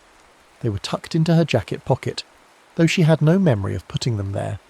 The one that had caught her attention in the lab showed this same water world, with notations in a language she couldn't read and markers that seemed to indicate floating settlements or landmarks. It was late in the day, the sun had shifted noticeably across the sky, when Maya heard the sound that would change everything, the creak of wood and rope, followed by voices calling across the water. She scrambled to her feet, nearly capsizing the raft in her excitement, and saw them approaching from the east, a ship that looked like something from a fever dream. The vessel was a patchwork creation, built from the bones of at least a dozen different structures. Maya could make out pieces of what had once been office buildings, glass and steel fused with driftwood and salvaged materials into something that barely qualified as seaworthy. Makeshift sails made from tarps and advertising banners caught the wind, while the hull appeared to be constructed from everything from car doors to airplane fuselages. It was ugly and beautiful at the same time, a testament to human ingenuity and desperation. The crew that manned this floating contradiction was equally eclectic. They were dressed in a mixture of modern clothing and improvised gear, their skin weathered by sun and salt. As they drew closer, Maya could see that they were armed. Rusty firearms, makeshift harpoons, and blades fashioned from sharpened metal. Their leader, a woman with greying hair braided with bottle caps and fishing line, stood at the bow and studied Maya with eyes the colour of storm clouds. "Well, well," the woman called out as her crew manoeuvred alongside Maya's pathetic raft. "What have we got here?" Another castaway, or something more interesting? Her accent was unfamiliar, a mixture of dialects that spoke of a world where geographical boundaries had long since disappeared beneath the waves. Maya found her voice, though it came out as barely more than a croak. "Please, I need help. I don't know where I am or how I got here." The pirate captain, for that's clearly what she was, laughed, but not unkindly. "Nobody knows how they got here, girl. The sea takes what it wants and gives back what it chooses. Question is, what have you got to trade for passage?" Before Maya could respond, one of the pirates pointed at something in her hand. "Captain Reese, look at what she's holding." Captain Reese's eyes fixed on the compass, and Maya saw something change in her expression, a mixture of recognition and hunger that made her stomach turn. "Now that's interesting. Haven't seen one of those in years. Mind if I take a look?" Maya's instincts screamed at her to refuse, but she was hardly in a position to negotiate. She handed over the compass, watching nervously as the captain examined it with the practiced eye of someone who'd seen her share of mysterious artifacts. The needle began to move more actively in Reese's hands, and the symbols around the rim flickered with faint light. "This is no ordinary compass," Reese murmured, turning it over to examine the anchor symbol on the back. "Where did you get this?" "I found it," Maya said, which was technically true, "in a school laboratory." "A school laboratory," Reese repeated, her tone suggesting she found this explanation less than satisfactory. "And I suppose you have no idea what it does or where it comes from?" Maya shook her head, and Reese's expression softened slightly. "Well, you're either the luckiest fool on the seven seas or you're playing a very dangerous game. Either way, you're coming with us." She gestured to her crew, and strong hands reached down to pull Maya aboard their vessel. As Maya climbed onto the ship, which she learned was called the Driftwood Dancer, she noticed something else in her pocket. A piece of paper she didn't remember having. She palmed it carefully, not wanting to draw attention until she could examine it properly. The pirates were busy securing her raft to their ship and discussing what to do with their unexpected passenger. "She could be useful," said a young man with intricate tattoos covering his arms. "New blood, and she doesn't look like she's been sea-mad yet." "Could be a spy," countered an older woman whose left arm had been replaced with a mechanical contraption that clicked and whirred as she moved. "The flotilla lords have been known to use children as sleepers." Captain Reese silenced the debate with a raised hand. "We'll sort it out when we reach the bones. For now, get her some water and something to eat. She looks half dead from sun exposure." As the ship changed course and began moving towards some distant destination, Maya found herself assigned to a hammock in the crew quarters below deck. The space was cramped and smelled of tar and fish, but after drifting alone on the open ocean, even this rough hospitality felt like luxury. When she was sure no one was watching, she pulled out the paper from her pocket and unfolded it carefully. It was a map, drawn on what looked like parchment but felt more like some kind of synthetic material. The coastlines were unfamiliar, showing a world of scattered islands and floating cities connected by trade routes marked in different coloured inks. But what caught her attention was the symbol in the bottom right corner, the same anchor wrapped in chains that appeared on the compass, accompanied by text in a script she couldn't read. Maya traced the lines of the map with her finger, trying to make sense of the geography. Some of the islands were labelled in English, though the names meant nothing to her. Rust Harbour, the Glass Fields, Salvation's End.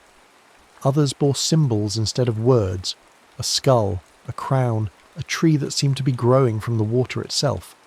Trade routes connected these scattered points of civilization like a vast web, and along one particular route, marked in red ink, someone had drawn a series of X's leading to a final destination marked with the anchor symbol. She was still studying the map when footsteps on the ladder announced someone's approach. Maya quickly folded the paper and slipped it back into her pocket, feigning sleep as one of the pirates, the young man with the tattoos, descended into the crew quarters. "I know you're awake," he said quietly, settling onto a crate near her hammock. "I'm Kai. Welcome to the wonderful world of floating nowhere."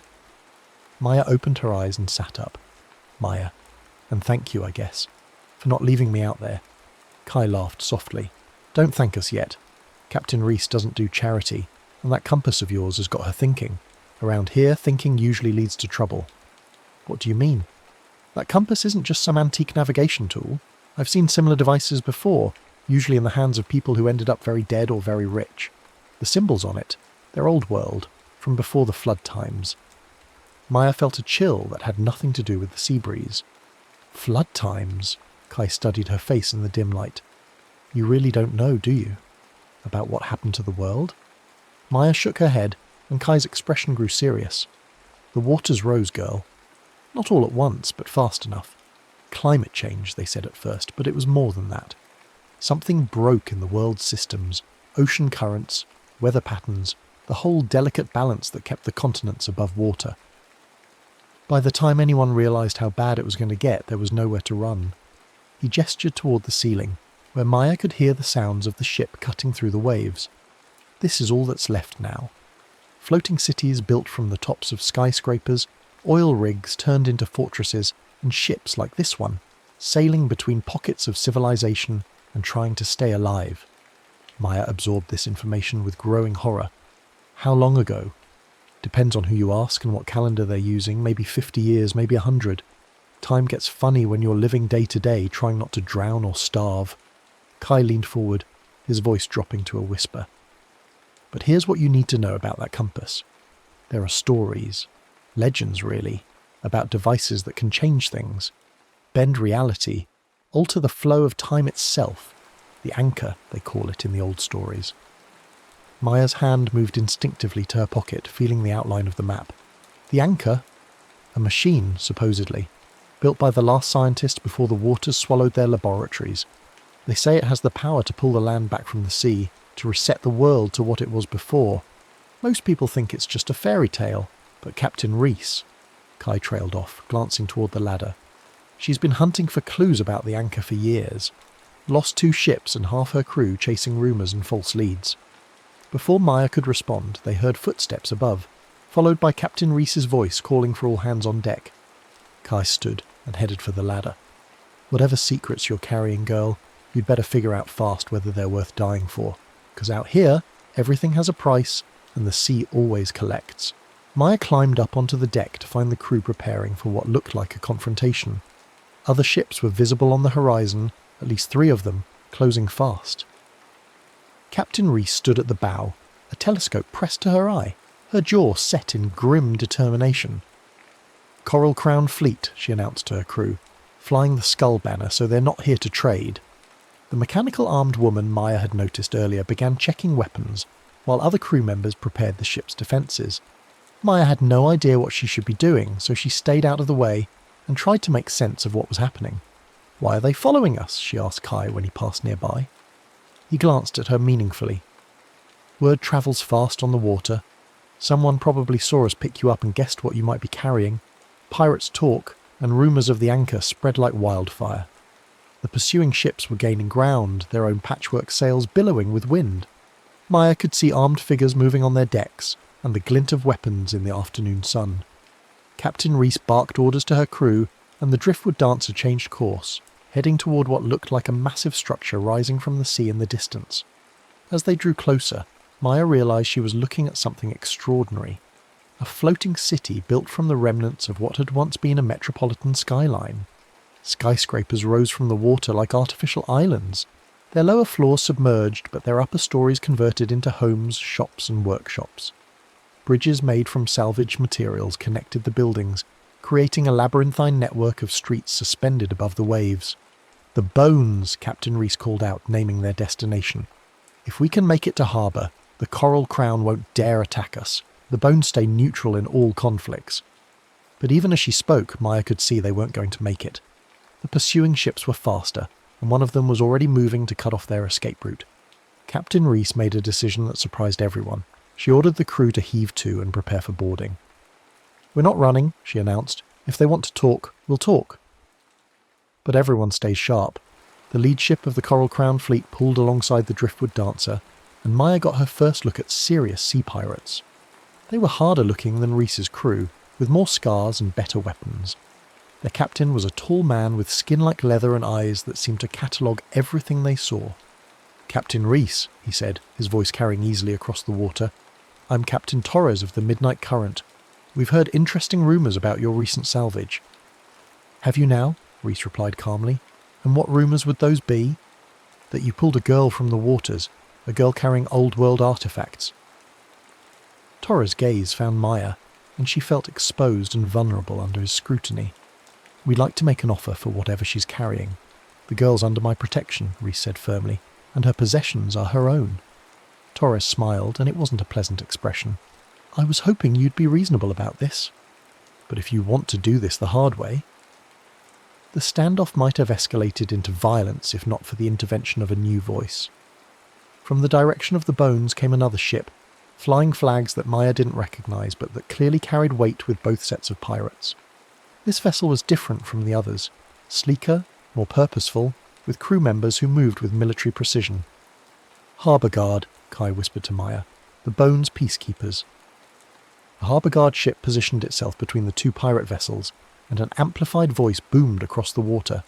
"By order of the Bones, Council, all vessels will stand down and proceed to designated harbours for inspection.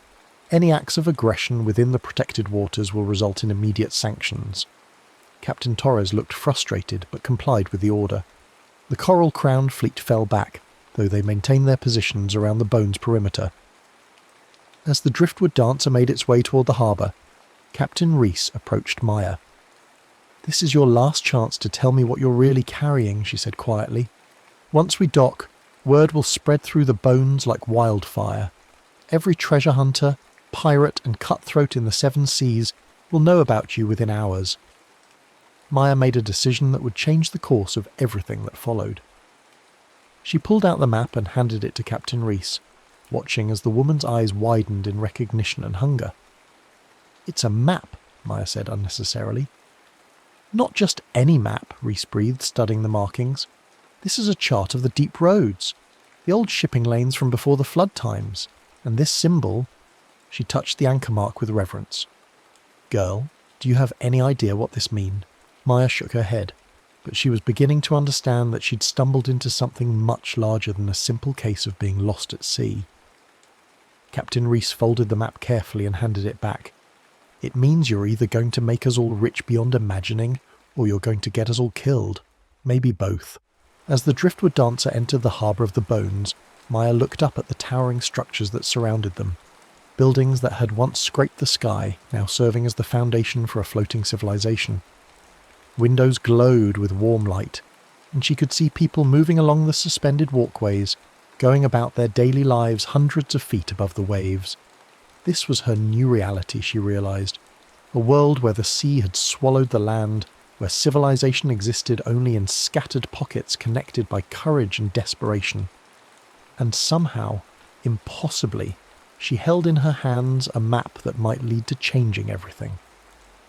The compass in her other hand began to pulse with faint light, its needle pointing steadily towards something hidden in the heart of this drowned world.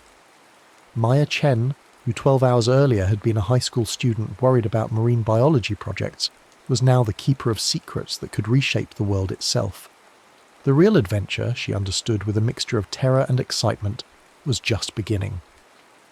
Somewhere out there, beyond the horizon of this endless sea, lay the anchor, and with it, the power to pull the land back from the depths or return her to the storm-swept laboratory where this all began.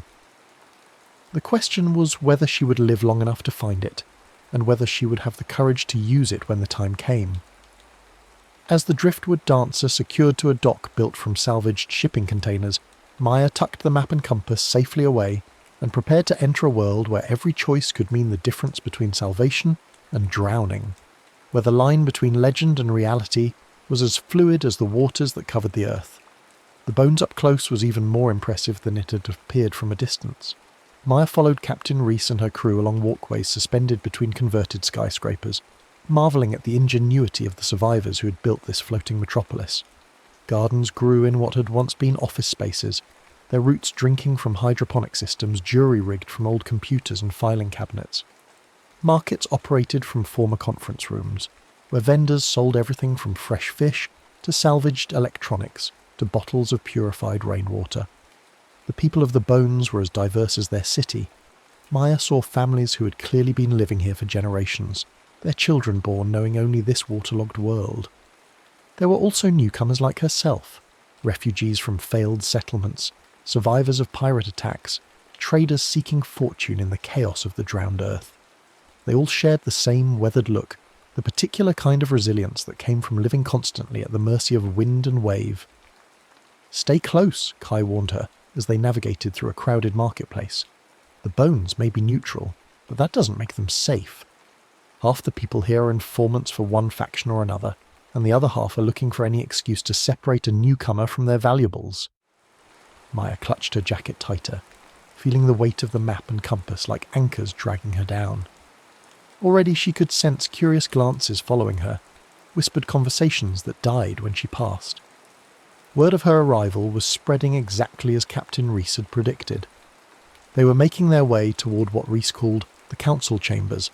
Apparently Maya would need to register as a temporary resident and submit to questioning about her origins. When a commotion erupted from one of the lower platforms, shouts echoed up from the docks, followed by the distinctive sound of gunfire. "Harbour Guard!" someone yelled. "Pirates attacking the fuel depot!" Captain Reese cursed creatively and grabbed Maya's arm. "Change of plans. We need to get you somewhere safe before this place turns into a war zone." They reversed direction, fighting against a tide of people rushing toward the disturbance. Maya caught glimpses of Harbour Guard vessels racing between the platform supports, their searchlights cutting through the late afternoon gloom. The Coral Crown fleet that had followed them was nowhere to be seen, but that didn't mean they weren't responsible for whatever was happening below. Kai led them to a narrow bridge that connected two residential towers, and from there they climbed a maintenance ladder to an observation platform that offered a commanding view of the harbour. What Maya saw made her stomach lurch with understanding. Captain Torres and his crew weren't attacking the fuel depot. They were using the distraction to board and search every vessel in the harbour, looking for something specific, or someone specific. "They're hunting for you," Captain Reese said grimly, confirming Maya's fears. "Torres must have contacts in the Harbour Guard, maybe even on the council itself. We can't stay here." "Where can we go?" Maya asked, trying not to let panic creep into her voice. "There's an old research station about 2 days south of here," Kai suggested. "Pre-flood facility built on an oil platform. It's been abandoned for years, but the structure's still sound." Reese shook her head. "Too obvious. If Torres is as connected as I think he is, he'll have that place staked out within hours." She paused, studying Maya's face in the fading light. "There is another option, but it's dangerous even by our standards." "What kind of dangerous?" Maya asked, though she suspected she didn't want to know the answer. "The deep roads," Reese said quietly. "The old shipping lanes that ran between the major continental cities before the floods. Most of them are unmarked now, hidden beneath layers of debris and overgrown with kelp forests.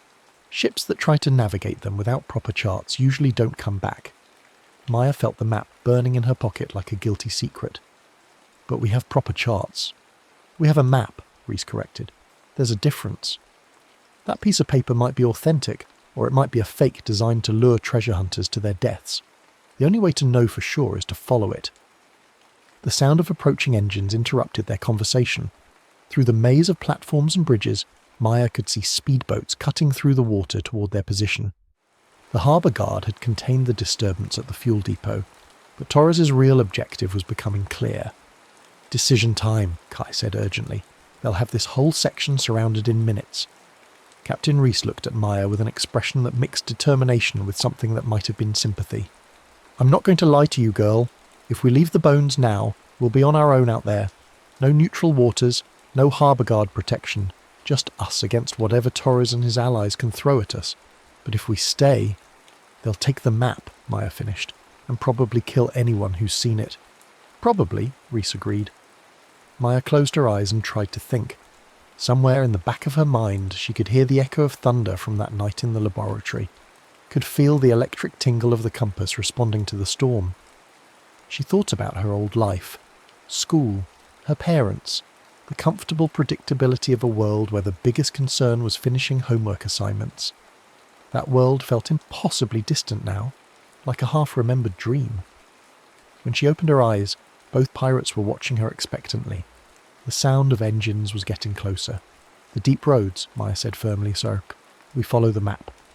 Captain Reese smiled, and for the first time since Maya had met her, it seemed genuinely warm. Good choice? Probably a fatal one, but good nonetheless. They made their way back to the Driftwood Dancer through maintenance tunnels and service corridors, avoiding the main walkways where Torres's people might spot them. The ship's crew had been expecting this possibility and were already preparing for a hasty departure. Supplies were loaded, weapons checked, and moorings loosened while harbour guard attention remained focused on the aftermath of the fuel depot incident. As they slipped away from the bones under cover of gathering darkness, Maya stood at the stern rail and watched the floating city's lights fade into the distance. She was leaving behind the last bastion of civilization she might ever see, heading into waters that had swallowed countless ships and their crews. But she was also following a path that might lead to answers, about the compass, about the anchor, about how she had come to be in this drowned world. The compass seemed to sense her thoughts, warming against her chest where she had hidden it beneath her shirt. Its needle was pointing steadily southeast, toward whatever lay at the end of the mysterious map's red-inked trail. First marker should be about 6 hours sailing from here, Captain Reese announced, consulting the map by lantern light. If your chart is accurate, we should reach it just after dawn. And if it's not accurate, Maya asked. Reese folded the map and handed it back with a shrug. Then we'll have a very short adventure and a very wet ending. As the Driftwood Dancer sailed into the darkness, leaving the safety of the bones behind, Maya realised that she was no longer just a passenger on this strange voyage. She was now an active participant in a quest that could reshape the world itself, or destroy everyone foolish enough to attempt it. The compass pulsed against her chest like a second heartbeat, counting down the moments until she would discover whether the anchor was salvation or damnation. Behind them, lights began to flicker on other vessels as Torres organised his pursuit. The hunt for the map, and for Maya herself, was far from over, but for now, they had the darkness and the vast ocean to hide them, and somewhere ahead lay the first real clue to the location of the legendary anchor. Maya gripped the ship's rail and stared into the night, wondering if she would live long enough to use the power she carried, and whether she would have the wisdom to use it well. The next story is about to begin. Please relax and enjoy. The museum's afternoon light filtered through tall Gothic windows as Maya Chen pressed closer to the glass case, studying the collection of medieval plague artifacts. Her European history class had moved on, but something about the black hourglass in the corner held her captive. Its surface was etched with symbols that seemed to shift in the changing light, and the display case had a hairline crack where the lock had loosened with age. Maya glanced around. No guard in sight, classmates 3 rooms away. She had always been the curious one, the student who lingered too long over mysteries. Her fingers found the crack, felt the glass give under pressure. Just a closer look at those strange symbols. The case opened with a soft click. The hourglass was warm despite the cool museum air, heavier than its size suggested. The carved spirals and crescents seemed to pulse with inner light, hurting to look at directly. Then her fingers slipped. Instead of shattering on the stone floor, the hourglass triggered something impossible. The sand within swirled violently, defying gravity as symbols blazed with otherworldly light. Sand erupted outward in a cyclone of darkness that engulfed Maya completely. She awoke in filth, a narrow alley reeking of rot, smoke and sewage. Gone were the clean museum lines. Rough stone walls rose around her, stained with centuries of grime and what looked like dried blood. The sky was sickly yellow-grey, heavy with smoke. Church bells tolled incessantly with notes of desperation. Maya stumbled toward the street and immediately wished she hadn't. The wooden cart rolled past, wheels creaking under stacked human corpses. The cloth-wrapped driver called out in archaic French. Behind him walked robed figures carrying incense that failed to mask the stench of decay. "Bring out your dead," another voice called.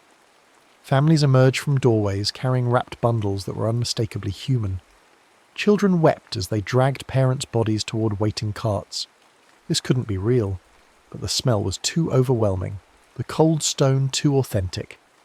Maya approached a struggling woman, but the woman looked at her modern clothes and screamed, pointing and babbling.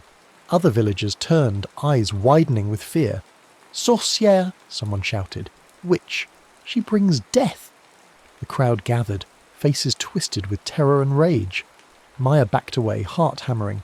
These people thought she was responsible for whatever plague surrounded them. She tried to explain in broken French, but her modern words only frightened them more. A man stepped forward with a wooden staff. "You bring the black curse." "What manner of demon are you?" Before Maya could answer, another figure pushed through, a tall man wearing a leather bird-beaked mask, carrying a wooden cane and blood-stained robes that might once have been white. "Enough," the masked plague doctor said. "This girl is sick with confusion, not cursed with evil. Can you not see the fever in her eyes?" Maya seized on this lifeline, nodding frantically and trying to look ill. The crowd murmured uncertainly as the doctor dispersed them with authority. "Come," he said quietly. "We must talk, and not here." He led her through streets of unimaginable misery. Families huddled around fires, burning furniture for warmth. Hollow-eyed children begged for bread. Bodies lay abandoned in doorways, skin marked with characteristic black swellings. Maya tried to process what she was seeing. The hourglass had somehow transported her to medieval Europe during the Black Death. The doctor's dwelling was filled with herbs and primitive medicines. He removed his mask, revealing an intelligent but haunted face, prematurely aged by witnessing too much suffering. "My name is Brother Thomas," he said, "once a monk, then scholar, now simply one who eases pain where possible. You are something I've never encountered." "This isn't possible," Maya whispered. "This can't be real." "The year is 1347. The great mortality has come to Europe. Tell me, child, what year do you believe it to be?" 2024. I was in a museum, touched an hourglass, and then... Thomas's eyes sharpened. He withdrew a leather journal, opening it to reveal detailed drawings of the exact hourglass Maya had touched, but shown broken in half. "I have searched for it 20 years, Thomas said. "I too was displaced, though not as far as you. I know time is not the straight line scholars believe.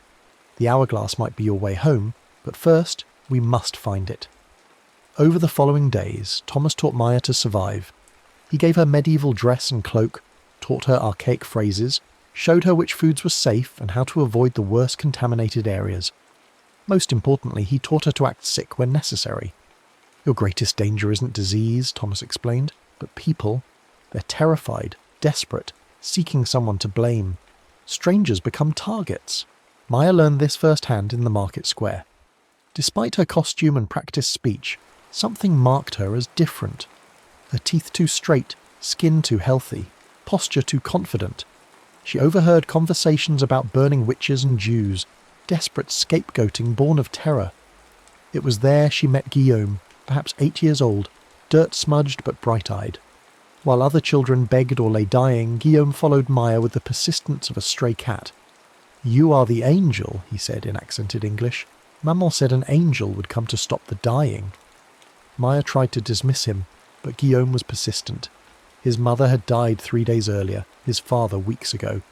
He survived on scraps, sleeping in doorways, but had fixated on Maya as salvation. "I'm not an angel," Maya told him firmly. "I'm just a girl trying to get home." But Guillaume began telling others about the angel who would save them. Word spread quickly, and Maya found herself unwillingly central to a growing legend. Thomas was furious when he learned. "Once people see you as saviour or demon, your life is forfeit," he warned. "We must find the hourglass quickly." Their search led to the ruins of St. Eustache Chapel, burned by a mob months earlier. According to Thomas's research, the crypt had once housed mystical artefacts, possibly including the missing hourglass piece. They ventured there under darkness, Maya carrying a lamp, while Thomas used his medical reputation as cover. The chapel was blackened stone and charred timber, roof collapsed, walls scarred by flames. They pried open the stone slabs sealing the crypt entrance and descended into narrow passages lined with empty bone niches. In the deepest chamber they found half their prize, the bottom portion of an hourglass identical to Maya's, sitting on a stone altar. Same obsidian glass, same mystical symbols, but incomplete. "The other half must be elsewhere," Thomas said, examining it. "Hidden when the chapel burned, or taken by someone who understood its value." As they prepared to leave, angry voices echoed from above. Someone had seen their lights. The villagers were coming, convinced they practiced dark arts in the cursed ruins. Maya and Thomas were trapped with one exit, and an unknown number of villagers above. Thomas drew a knife as voices grew louder, tools scraping against stone as the mob worked to move the altar slab. Maya grabbed the half-hourglass, feeling its strange warmth as sand began moving in impossible patterns. "What if it works partially?" she said desperately. "Maya, no! You don't understand!" The altar slab crashed down. Torchlight flickered down the stairs as angry voices echoed closer. Maya concentrated on the hourglass, willing it to work. Sand swirled faster, symbols glowing with otherworldly light. But nothing else happened. She remained trapped. The partial device wasn't enough for time travel, but it marked her unmistakably as supernatural. "Witch!" someone screamed. "They practice sorcery in holy ground." Thomas grabbed her hand, pulling her toward another passage. "There's another way out, through the old ossuary." They fled through tunnels lined with decorative arrangements of skulls and bones, the mob giving chase. A narrow window in the ossuary provided escape. Thomas boosted Maya through, then followed. They emerged into the chapel cemetery, weathered headstones jutting from overgrown grass like broken teeth. "We can't return to my house," Maya said as they ran through plague-ravaged streets. "They'll look there." "I know an abandoned mill outside the city walls," Thomas replied. The mill was a crumbling structure beside a nearly dry stream, its water wheel broken. Thomas had cached supplies there, clearly a prepared hiding place. As they settled in, Maya demanded they find the other hourglass half. "There is something you should know," Thomas said slowly. "These artifacts require a price, balance. When I travelled through time, I lost 20 years of my life. Not immediately, but gradually. I age faster now. The hourglass takes time from the user." Maya stared at him, finally understanding his premature aging. How much time would it cost me? For such a long journey? Perhaps decades. Perhaps more. You must decide if returning home is worth potentially sacrificing years of your life. Before Maya could respond, children's voices called outside. Guillaume approached with several others, all thin and desperate. In his arms was a girl no older than 6, body racked with fever and covered in plague swellings. "Angel," Guillaume called, "please help us." "Maria's dying." Despite Thomas's protests about exposure and danger, Maya couldn't turn away from dying children. She emerged from the mill as Guillaume's eyes lit up. "I knew you would come. Touch Marie with your angel powers. Make the sickness go away." Maya knelt beside the fevered girl, heart breaking.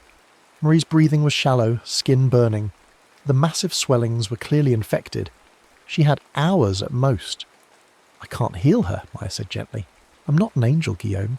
I'm just a person." "But you never get sick," another child said. "You've been here for days and stay healthy. You have angel protection." Maya realised they were right.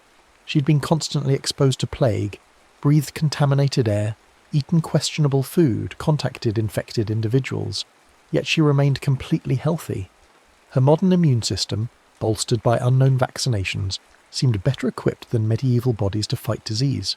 Her continued health marked her as supernatural to desperate observers, and that reputation was growing dangerous.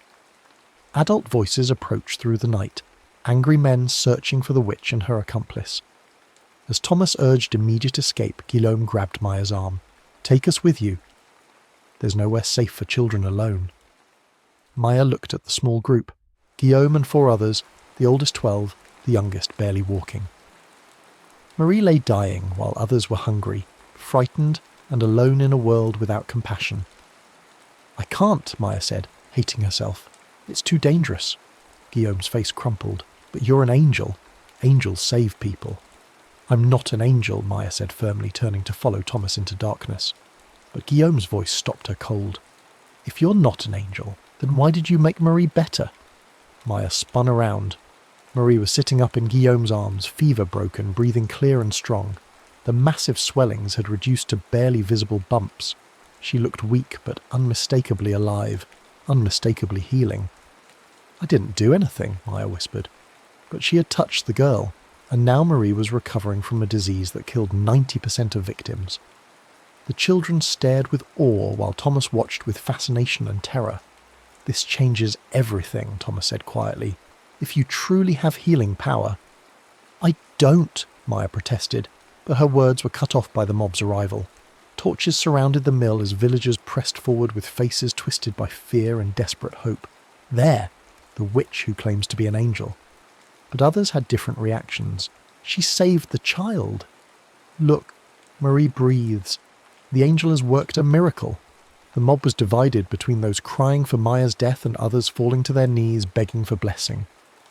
In the chaos, Maya found herself separated from Thomas, pushed toward the crowd's centre with the half-hourglass clutched tight.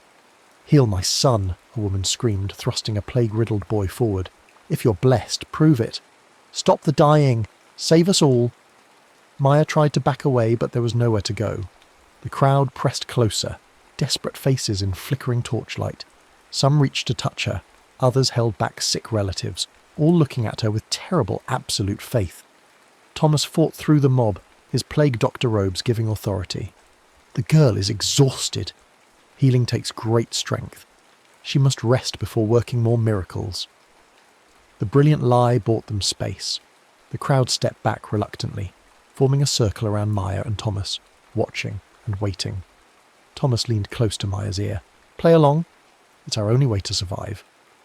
Maya nodded, raising her hands in a blessing-like gesture. The crowd fell silent. "The healing power is not mine alone," she improvised desperately. "It comes from the sacred relic." She lifted the half-hourglass for all to see. "But it is damaged, broken. Until made whole again, I can help only a few." Murmurs rippled through the crowd. Thomas nodded approvingly. She'd given them a quest, reason to let her live while searching for the other half. "Where is the other piece?" someone called. "Hidden," Maya replied. "I must search, pray, be guided to it. This will take time." Father Benedict, one of the few surviving priests, pushed forward. "If this girl truly carries God's healing power, we must protect her. She must be given whatever she needs to complete her holy work." Over the following days, Maya became the reluctant centre of a religious movement. Word of Marie's healing spread throughout the city, bringing the sick and dying in ever-increasing numbers. Thomas tried shielding her, claiming she needed rest between healings, but the pressure was enormous. The terrible truth was that Maya couldn't replicate Marie's healing. She tried everything, touching the sick while holding the hourglass, concentrating on healing thoughts, even praying. Nothing worked. People continued dying despite her presence, and with each failure, hope in their eyes dimmed further. Meanwhile, their search for the other hourglass half proved fruitless. Thomas had exhausted scholarly resources, and Maya's public role made discreet investigation nearly impossible. They were trapped in an increasingly precarious situation. Guillaume provided their breakthrough. The boy had appointed himself Maya's guardian, following everywhere and defending her against doubters. It was Guillaume who noticed Maya's healing seemed to work only when holding the hourglass, and Guillaume who made the crucial connection. "The skeleton priest," he said one evening, "in the old cathedral crypt. He has something that glows like your holy relic." Guillaume explained that orphaned children sometimes sheltered in the old cathedral ruins. In the deepest crypt, past chambers of plague victims' bones, was where a priest lay buried in his robes. The skeleton clutched something that occasionally emitted its own light. The next evening, Maya and Thomas followed Guillaume through darkened streets, past checkpoints manned by believers who nodded respectfully to their saint. The old cathedral was larger than Saint-Eustache, but equally ruined. Gothic spires collapsed, nave filled with rubble. They descended past chambers of orderly clerical bones until reaching the final chamber. The skeleton lay on a stone bier in rotting ceremonial robes, bony fingers wrapped around an object Maya recognised immediately. The upper half of the hourglass, black glass clouded but unmistakable. Thomas carefully pried the relic from the dead priest's grasp. The moment both halves were brought together, they resonated with low humming that seemed to come from the stones themselves. Glass cleared as centuries of grime fell away like water. Sand in both halves began moving in impossible patterns, while symbols blazed with golden light. "It's working," Maya said wonderingly. "It's actually working." But voices echoed from above, angry voices approaching fast. "She lies to us. 3 more children died today while she played at being holy. She is no saint. She is a demon sent to mock our suffering." Guillaume's face went pale. "They followed us. I'm sorry." "It doesn't matter," Thomas said grimly, checking his knife. "We knew this moment would come." As torchlight flickered closer, Maya looked at the completed hourglass, felt its power thrumming through her bones. She could escape now, return to her own time and leave this nightmare behind. All she had to do was focus on home, the museum, her own century. But Guillaume looked at her with absolute trust, and she could hear other orphaned children calling her name. If she left now, they would face the mob's rage alone. "I can take you with me," she said suddenly. "Maybe the hourglass can transport more than one person." Thomas shook his head. "Even if it could, we would be strangers in your time, more lost than here. This is our world, Maya." The first torches appeared at the crypt's far end. Maya closed her eyes and made her choice. Instead of focusing on the museum, she concentrated on the plague itself. She thought about the bacteria causing it, the fleas and rats spreading it, the cellular mechanisms that could stop it. The hourglass grew warm, its light blazing brighter until the entire crypt was illuminated like day. "What are you doing?" Thomas asked, shielding his eyes. "Changing the rules," Maya said through gritted teeth. "If I'm supposed to be a saint, then maybe it's time to act like one." The hourglass erupted with light visible through the cathedral stones. The mob stumbled backward, crying out in fear and wonder. But Maya barely noticed. All her attention focused on the power flowing through her, the incredible sensation of touching fundamental forces governing life and death. She felt plague bacteria throughout the city, millions of microscopic killers, and one by one she began unmaking them. Not through divine miracle, but through understanding of biochemistry and genetics that wouldn't be discovered for 600 years, knowledge made manifest through the hourglass's power to bend reality. The effort was enormous, beyond human endurance. Maya felt years of life burning away like candle wax, the price Thomas had warned about. But she held on, pushing further, until every plague bacterium in the city was gone. When light finally faded, Maya collapsed to stone floor. The hourglass had gone dark, sand still once more. Around her, the mob stood in stunned silence. "The fever," someone whispered. "It's gone!" "The sickness is leaving me." Throughout the city, the impossible happened. The dying opened eyes and drew clear breath. Black swellings shrank and disappeared. Fever broke like storm clouds parting. For the first time in months, death bells fell silent. Maya tried to stand, but found her legs wouldn't support her. Thomas caught her fall, shock in his eyes. Her reflection in a water puddle showed what he was seeing. Her hair completely white, face lined with wrinkles, hands of an old woman. She had the body of a 70-year-old, though her mind remained 16. "You saved them all," Thomas said softly. "The entire city, perhaps the continent, if plague cannot spread from here." The mob was now a congregation, falling to their knees in genuine reverence.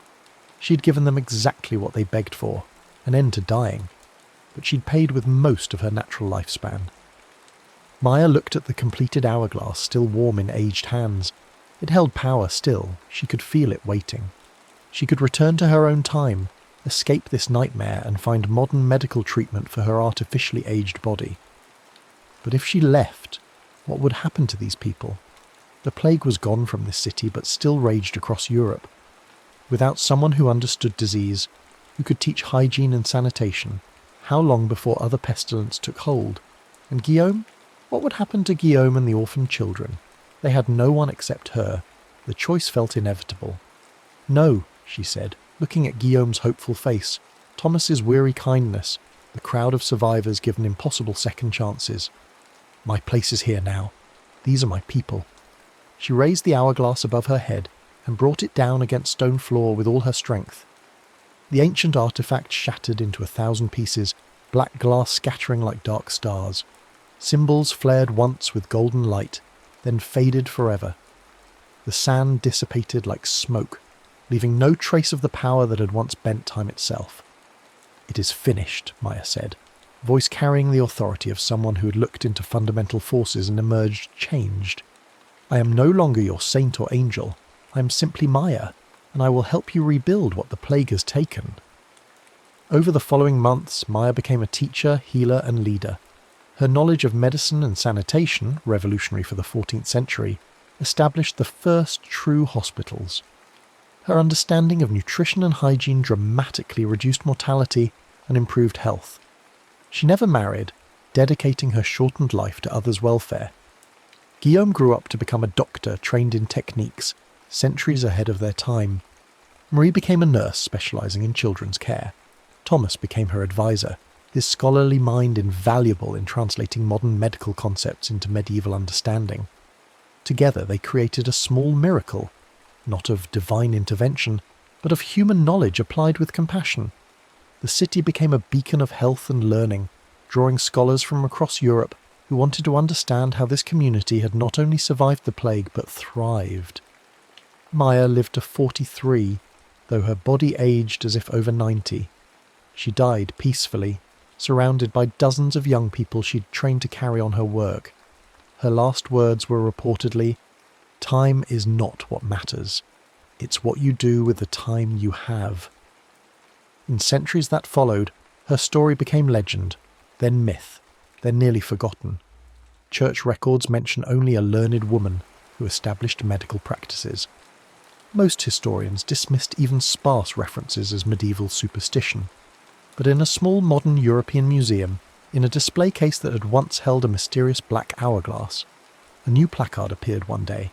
It read, "In memory of those who sacrificed their tomorrows to heal today's suffering. Their names may be forgotten, but their love echoes through time."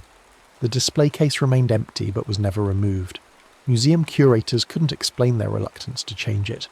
It belonged there somehow, waiting for something none could name. Maya Chen's name appeared on no official records from her original time. Her family mourned her disappearance briefly, then moved on. The museum field trip was remembered as uneventful.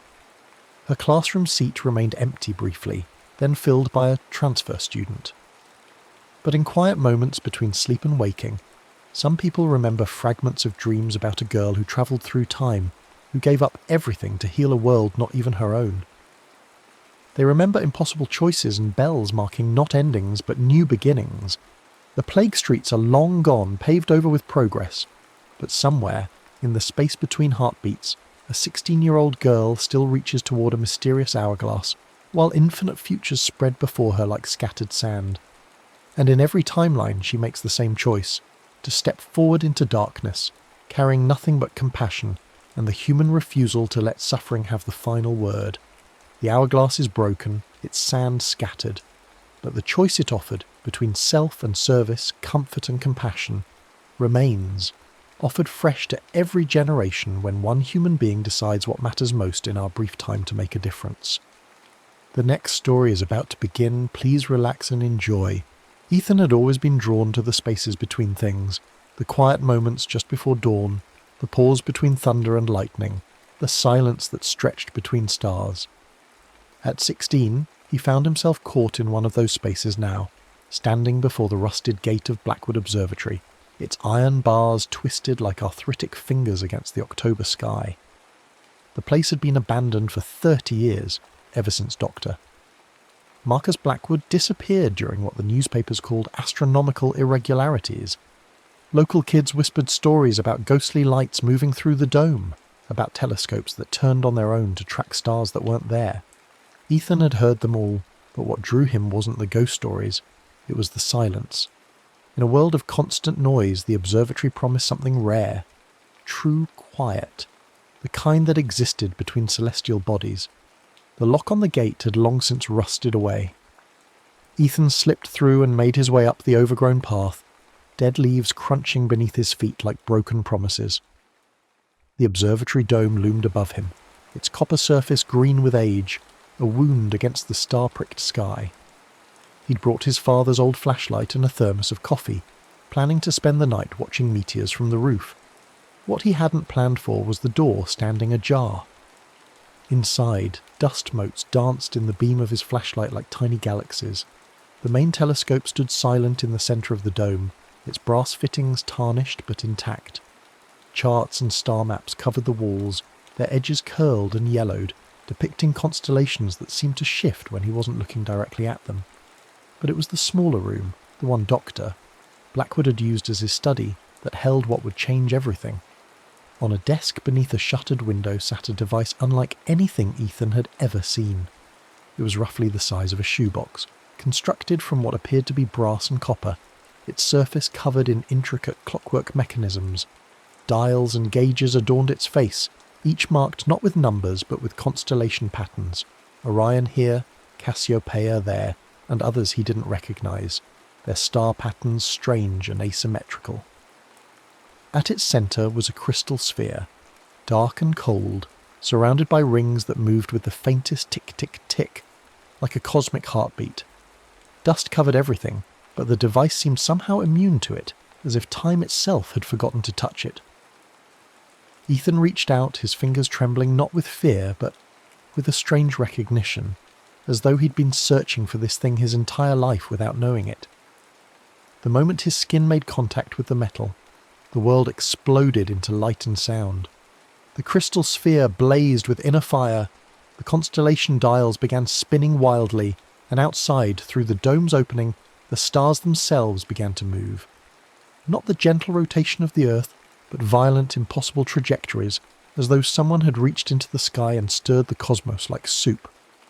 Ethan tried to pull his hands away, but they seemed fused to the device. The room around him stretched and warped, the walls becoming liquid, flowing away into impossible distances. The floor beneath his feet cracked and splintered, revealing not the basement below, but an endless tunnel of collapsing light, stars streaming past like tears. He fell upward into that tunnel, or perhaps the tunnel fell into him, direction lost all meaning as reality folded in on itself. The last thing he remembered was the sensation of every atom in his body being pulled apart and reassembled over and over until he wasn't sure where he ended and the cosmos began. When consciousness returned, it brought with it a cold so complete that breathing felt like swallowing knives. Ethan lay on what felt like stone, but when he opened his eyes, he saw it was something far stranger. Crystallized starlight, frozen into geometric patterns that hurt to look at directly. Above him stretched a sky of absolute black. Not the deep blue black of a clear night, but the black of endings, of spaces where light had never been. And the stars. Dear God, the stars were dying. He could see it happening in real time, points of light flickering and going out like candles in a wind. Not the gentle setting of celestial bodies behind horizons, but true death. The final exhalation of nuclear fires that had burned for billions of years.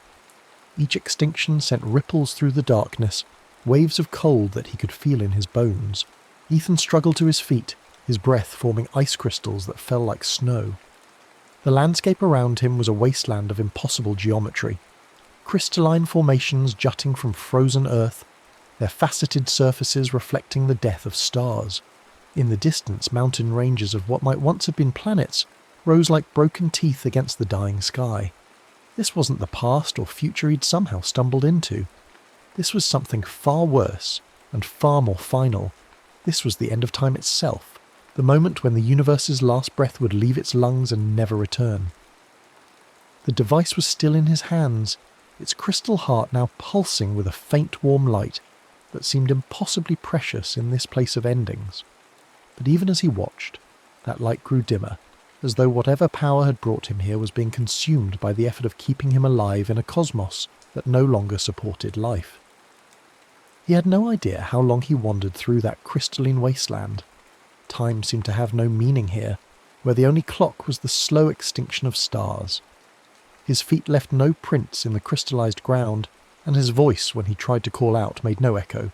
It was as though the universe had grown too tired even for the physics of sound.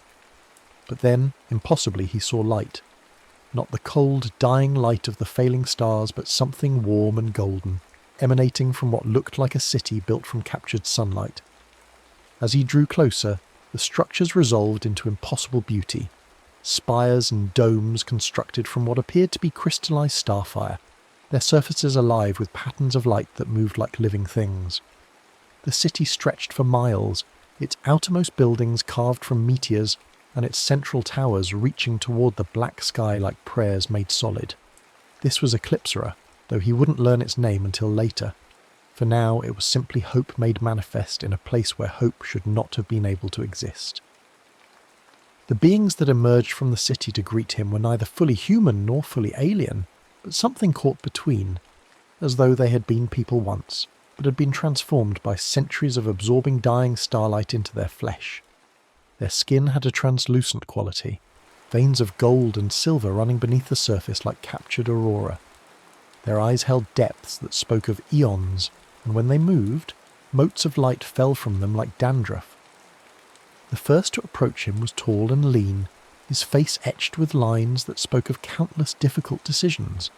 Silver light ran through his hair like threads, and his eyes held the weight of watching worlds die.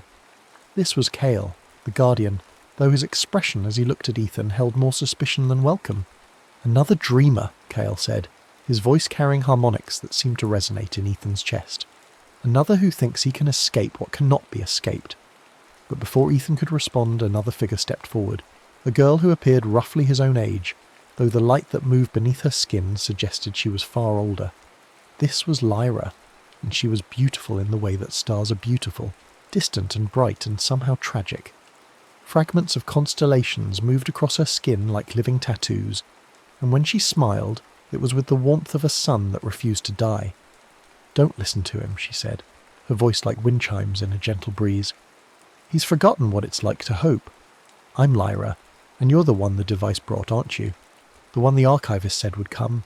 The archivist." The name seemed to carry weight here, causing the other figures to step back with something that might have been reverence or fear. Lyra gestured toward the city's heart, where a tower of pure crystal rose higher than the others, its surface covered in what looked like writing made from captured starlight. "He's been waiting for you," she said. "He remembers everything, every star that ever lived, every world that ever died. If anyone can explain why you're here, it's him." The journey to the Archivist's tower took them through streets that defied physics, where buildings existed in more dimensions than Ethan's mind could properly process. The surviving population of Eclipsera watched them pass, beings whose bodies incorporated fragments of dead stars, their forms shifting between human and something far stranger. Children played games with orbs of captured light, their laughter creating ripples in the air that he could see. Elders sat in meditation, their bodies so infused with stellar material that they were barely more solid than the light they contained. The archivist himself was ancient beyond measure, his form barely corporeal, more a collection of memories and starlight than flesh and blood. He sat in a chamber at the tower's heart, surrounded by crystalline walls that held the images of every star that had ever existed. When he spoke, it was with the voice of cosmic wind through the void. "You carry the Kronos device," the archivist said, his attention focused on the brass instrument in Ethan's hands. Blackwood's Folly, he called it, before he understood what he had truly created. A key to the moments between moments, the spaces where time folds in on itself. "I don't understand," Ethan said, though even as he spoke, part of him did understand, the part that had always been drawn to the spaces between things. "What is this place? When is this place?" "This is the end," the archivist replied simply. "Not an end, but the end. The final moment when the last star will die and reality will collapse into the silence that existed before the first word was spoken. We are the final civilization, the last witnesses to the universe's long dream." The archivist gestured to the walls around them, where images of countless worlds played out their final moments in accelerated time. "We survive by siphoning light from the few stars that still burn, storing their essence in our city, in our bodies. But even we cannot hold back the dark forever. When the final star dies, when the last light fades, all of this..." He spread his arms wide, encompassing not just the city, but existence itself. "This will become nothing more than a cooling ember in the void." "But the device," Lyra interjected, her voice filled with something that might have been hope or desperation. "It brought him here. That means it can take him back, doesn't it?" The archivist's laugh was like the sound of dying solar wind. "Perhaps. The device is calibrated to the heartbeat of the cosmos. It can only function at moments of great transition. The death of the final star would provide enough energy to open a pathway back to his time, but..." He paused, his form flickering like a candle in the wind. "Using that energy would mean abandoning us to the dark immediately, rather than allowing us these final centuries to remember what light once meant." The implications hit Ethan like a physical blow. To return home, he would have to condemn an entire civilization to instant extinction. But to stay meant accepting a fate worse than death. Eternal existence in a universe that was gradually forgetting how to exist. Over the following days, if days had any meaning in a place where the sun had died billions of years ago, Ethan learned more about Eclipsera and its inhabitants. They were refugees from 1,000 dead worlds, beings who had found ways to preserve themselves through the long dying of the cosmos. Some had been human once, others had evolved from entirely different trees of life, but the end had made them all into something new. Creatures of light and memory, sustained by the hope that someone, somewhere, would remember that they had existed. Cale remained suspicious of him, believing that Ethan's presence represented a fundamental threat to their carefully maintained existence. "You still think like someone who has a future," he said one evening as they stood on a balcony overlooking the city's light gardens, where captured starfire grew in carefully tended patterns. "You don't understand that hope is a luxury we cannot afford. Every moment we spend helping you is a moment stolen from our own survival." But Lyra was different. She seemed fascinated by his descriptions of a universe still young enough to support natural life, of stars that burned steadily in their courses, of planets where water flowed and life evolved without conscious effort. In return, she showed him wonders that existed nowhere else in the cosmos, art created from the final emissions of dying stars, music that incorporated the harmonic frequencies of collapsing galaxies, poetry written in languages that existed only in the memories of extinct civilizations. "Sometimes I dream," she told him, as they walked through a garden where crystallized comets grew like flowers, "of what it would be like to see a sunrise that wasn't manufactured from stored starlight, to feel rain that fell from clouds instead of being condensed from the final breath of dying worlds." It was then that Ethan realized the cruel truth. Lyra and the others existed in a state of perfect preservation, but preservation was not life. They were like insects trapped in amber, maintaining their forms but unable to grow, change, or experience anything genuinely new. His presence represented the first truly novel thing to happen in their existence for millennia, and for Lyra especially, he had become a window into a kind of existence she could barely imagine. The moral complexity of his situation deepened when the archivist revealed the location of the final star, a red dwarf barely larger than Jupiter, orbiting alone at the edge of what had once been the Milky Way. Around it drifted the fragments of countless dead worlds, held in orbit by gravity so weak it was barely distinguishable from random motion. The star itself was visibly dying, its nuclear fire guttering like a candle in its final moments. "We calculate it has perhaps 50 of your years remaining," the archivist said as they studied the star through instruments that could perceive across impossible distances. "When it dies, the last natural light in the universe dies with it. After that there will be only what we have stored, and that will not last forever." The journey to the final star required travelling through regions of space where reality itself had begun to break down. Cale reluctantly agreed to guide them, his warrior's instincts overruling his philosophical objections. Lyra insisted on coming despite the danger, and Ethan found he couldn't bear the thought of making the journey without her. They travelled in a ship constructed from crystallized space-time, its hull incorporating fragments of destroyed galaxies. The vessel moved not through space, but around it, folding the fabric of reality to bring distant points together. As they journeyed toward the star, they passed through regions where the laws of physics had begun to forget themselves. The Void Rift was the worst of these, a section of space where time had folded back on itself, creating loops and eddies where past and future existed simultaneously. As they entered it, Ethan began seeing visions of his life back on Earth. His parents worried sick over his disappearance, search parties combing the woods around the observatory, his friends moving on with their lives as the mystery of his vanishing became just another local legend. The visions were so vivid he could smell his mother's perfume, hear his father's voice calling his name through the trees. For a terrifying moment he almost let himself believe they were real, almost let himself step sideways out of the ship and into those phantom memories. Only Lyra's hand on his arm kept him anchored to the present moment. "The rift shows you what you most want to see," she said, her own eyes distant with visions he couldn't share. "It's how it feeds on desire, on the wish to be somewhere else, someone else." Cale steered them through the worst of it with grim determination, but even he was affected, his usual stoic composure cracking as they passed through temporal eddies, where his own past played out in ghostly repetition. Ethan caught glimpses of him, as he once was, younger, more hopeful, standing on a world still warm with the light of living stars as something terrible approached from the darkness between galaxies. When they finally emerged from the rift, all three of them were shaken, but their destination lay before them, the final star, small and red and trembling with the effort of sustaining nuclear fusion with what little fuel remained. Its light was barely stronger than a candle's flame when viewed with the naked eye, but through the ship's instruments, Ethan could see the incredible complexity of its structure, the delicate balance of forces that kept it burning against the universe's desire for entropy.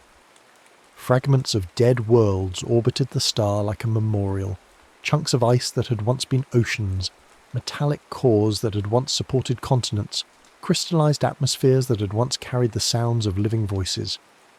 The ship settled into orbit among these remains, and Ethan felt the Kronos device growing warm in his hands, its crystalline heart beginning to pulse in rhythm with the star's dying heartbeat.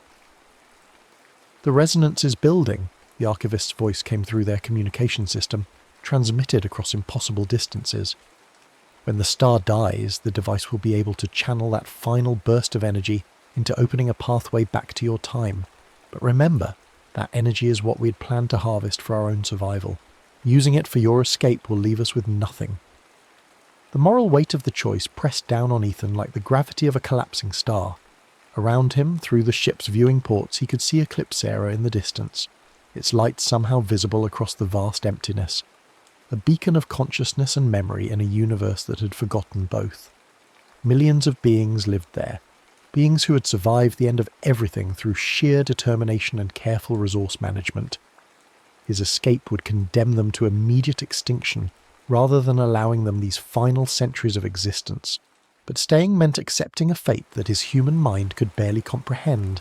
Eternal life in a dead universe, watching as entropy slowly claimed even the stored light of Eclipsera, until nothing remained but cold darkness and the gradually fading memories of what warmth had once meant. It was Lyra who broke the silence that had fallen over their small ship. "There's something I haven't told you," she said, her voice barely above a whisper, "about what happens to us when the light finally dies." She turned to face him, and in her eyes he saw depths of knowledge and sorrow that no being should have to carry. "We don't just cease to exist. The preservation process that keeps us alive in this dead universe, it's not perfect. When the last light fades, we'll begin to fade too, but slowly, over eons. We'll lose pieces of ourselves gradually, memories, emotions, the ability to form new thoughts. We'll become echoes, then whispers, then finally just patterns in the dark, too diffuse to be called consciousness." Kyle's hands tightened on the ship's controls. "She's telling you this to manipulate you," he said, but his voice lacked conviction. "To make you think staying would be merciful." "No," Lara replied, her luminous skin flickering with emotions too complex for words. "I'm telling him because he deserves to know the truth about what choice he's really making. And because," she paused, looking out at the dying star with eyes that held their own light, "because I've lived for 3,000 of his years, and I've never felt as alive as I have these past few days, sharing his wonder at simple things like the memory of rain." The star chose that moment to flicker, not the steady pulse they had been observing, but an irregular stutter that sent alarm signals throughout the ship's systems. The final convulsions had begun. Soon, perhaps within hours, the universe's last natural light would die, and with it, Ethan's chance to return home. But even as the device in his hands grew brighter, responding to the star's death throes, Kyle made his own choice. With a roar of grief and rage that seemed to contain the anguish of his entire civilization, he launched himself at Ethan, trying to wrestle the device away. "I won't let you murder us all for your selfish desire to return to a universe that no longer exists," he shouted, his hands closing around the brass instrument. "We are the last witnesses, the final memory of everything that ever was. Without us, it will all have been for nothing." The device blazed with light as their struggle sent its carefully calibrated mechanisms into chaos. Around them, the ship's hull began to crack as temporal energies leaked from the artifact, creating rifts in space-time that showed glimpses of Earth's observatory, of Ethan's normal life, of possibilities that branched and converged like the roots of some cosmic tree. Lyra tried to intervene, but the energies surrounding the device had become too intense for even her light-infused form to approach safely. Through the chaos, Ethan could hear her calling his name, but her voice seemed to come from very far away, as though she were already beginning to fade. The star's death, when it came, was not the explosive supernova he had expected from Earth's astronomy textbooks. Instead, it was a gentle sigh, a final exhalation, as nuclear fusion ceased and the stellar core collapsed in on itself. For a moment, the last natural light in the universe blazed brighter than it had in millennia, and then it was gone, leaving only darkness and the artificial glow of Eclipsera's stored radiance. But that final burst of stellar energy was exactly what the Kronos device needed. As the light washed over their struggling forms, the artifact activated with power beyond anything Blackwood could have imagined when he first constructed it. Reality split open like a flower blooming in reverse, revealing pathways through time and space that existed only in the moments between moments. Ethan's last clear memory was of Lyra's face, her expression a mixture of loss and something that might have been joy. As the temporal vortex opened around him, pulling him back toward his own time, he reached out to her, but her form was already dissolving into fragments of starlight, the preservation process that had kept her alive finally failing as the universe's last natural energy dissipated into the void. "Remember us," her voice echoed across the dimensions as the vortex closed. "Remember that we were here, that we chose to hope even at the end of everything." Then there was only the familiar sensation of falling upward through tunnels of collapsing light, of being pulled apart and reassembled across distances that had no names. The difference this time was the silence, whereas his journey to the end of time had been filled with the cosmic noise of dying stars. His return passage was wrapped in a quiet so complete it felt like a held breath. He awoke on the dusty floor of Blackwood Observatory, his body aching as though he had been lying there for days. The Kronos device sat beside him, its crystalline heart now dark and silent, its brass mechanisms frozen in place. Outside the dome's opening, familiar constellations wheeled in their eternal dance, unchanged and unchanging, showing no sign of the cosmic catastrophe he had witnessed. But in his pocket, something pressed against his leg, a shard of crystal that pulsed with faint warm light, no larger than his thumb but containing within its facetted structure what looked like an entire galaxy in miniature. There was a piece of Eclipsera, somehow carried back across the vast gulf of time, proof that his experience had been more than just a dream brought on by dusty air and adolescent imagination. Ethan stumbled from the observatory as the first light of dawn touched the horizon, his mind struggling to reconcile the normal world around him with the memories of what he had seen. Birds sang in the trees, their voices carrying on a breeze that smelled of autumn leaves and distant rain. Traffic hummed on the highway beyond the woods. Life continued, oblivious to the cosmic drama playing out in its far future. His parents, when he finally made it home, were simultaneously relieved and furious. He had been missing for 3 days, they told him, and search parties had been combing the area around the observatory. The story he invented, about getting lost in the woods and taking shelter in an old cabin, satisfied them enough to avoid further questions, though his mother insisted on a doctor's visit to check for concussion or exposure. The doctor found nothing wrong beyond exhaustion, and some unusual readings in his blood that might have indicated recent exposure to intense electromagnetic fields. The official report suggested he had somehow been struck by lightning and suffered temporary amnesia, an explanation that satisfied everyone except Ethan himself. In the weeks that followed, he tried to return to his normal life. School, friends, the ordinary concerns of a teenage boy in a world that still had billions of years ahead of it. But everything felt different now, coloured by the knowledge of what was waiting at the end of time. He found himself studying astronomy with new intensity, not for the joy of discovery, but with the grim fascination of someone reading his own species' obituary.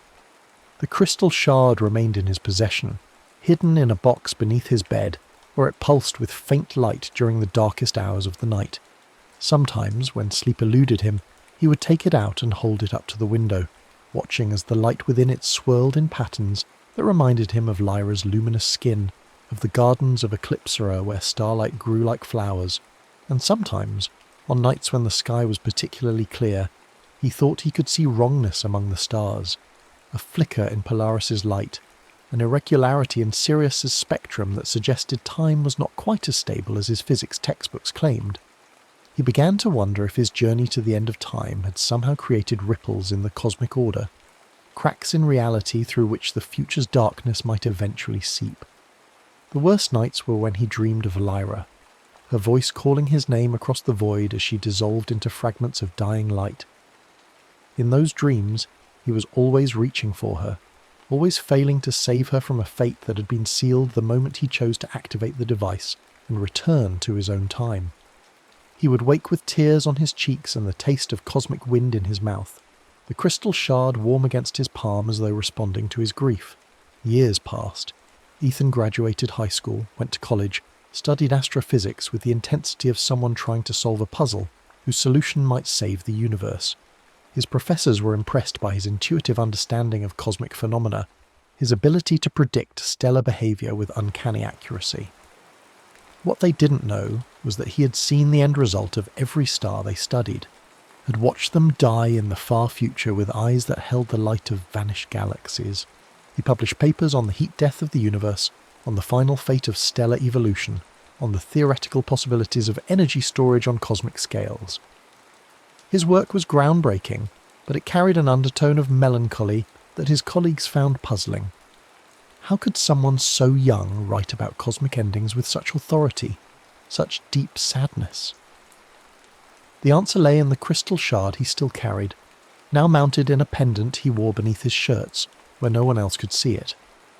The light within it had not dimmed with the passing years, and sometimes, in the depths of night when the world was quiet, he could swear he heard voices whispering from within its faceted depths, the voices of Eclipsera's inhabitants, somehow preserved in crystallized starlight, continuing their existence in a space smaller than his thumb. Dr. Ethan Blackwood. He had taken the name as a tribute to the man whose device had made his journey possible, eventually became the world's leading expert on stellar death and cosmic entropy. His laboratory was filled with instruments designed to detect the faintest variations in stellar light, searching for signs that the future he had witnessed was beginning to cast shadows backward through time. And late one night, 40 years after his journey to the end of time, he found what he had been looking for, a fluctuation in the cosmic microwave background radiation so subtle that it took his most sensitive equipment months to detect it, a pattern that matched exactly the energy signature of a dying universe, bleeding through the quantum foam to touch the present moment. The discovery filled him with both terror and a strange kind of joy. Terror because it suggested that the future he had witnessed was not just a possibility, but an inevitability, written into the fundamental structure of space-time itself. Joy because it meant that somewhere in the cosmic web of cause and effect, Eclipsera still existed, its light still shining against the dark. He was alone in his laboratory when he made the final calculations, the crystal pendant warm against his chest as he worked through equations that described the universe's ultimate fate. The numbers were beautiful and terrible, a mathematical poem about the dance between energy and entropy, between hope and despair, between the light of consciousness and the darkness that would eventually claim it. And in that moment, as he contemplated the cosmic significance of his discovery, Ethan thought he heard a familiar voice carried on the night wind, Lyra's voice speaking across the vast gulf of time and space that separated them. "Remember us," the voice whispered, and he realized that he had been doing exactly that for 40 years, that every paper he had published, every lecture he had given, every student he had taught about the majesty and fragility of the cosmos was an act of remembrance, a way of ensuring that the universe would not forget those who had chosen to hope even at the end of everything. The crystal pulsed once more against his chest, a gentle reminder that endings and beginnings were often the same thing, that in the spaces between moments, in the silence between stars, love could exist independent of time, memory could transcend entropy, and hope could survive even the death of the universe itself. Outside his laboratory window, the familiar constellations wheeled in their ancient patterns, unchanged since his boyhood, showing no signs of the cosmic drama that awaited them in the far future. But Ethan knew better now. He had seen the final dawn, had witnessed the last civilization's struggle against the dying of the light, and he carried their memory like a flame in the darkness of the present. The stars would die, entropy would claim the universe, and silence would eventually fall across the cosmos.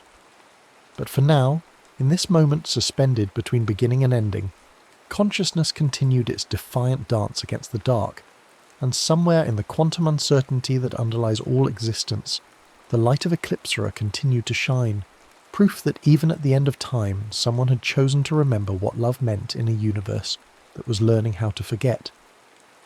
And in his laboratory, surrounded by instruments designed to measure the universe's slow decline toward entropy, Doctor.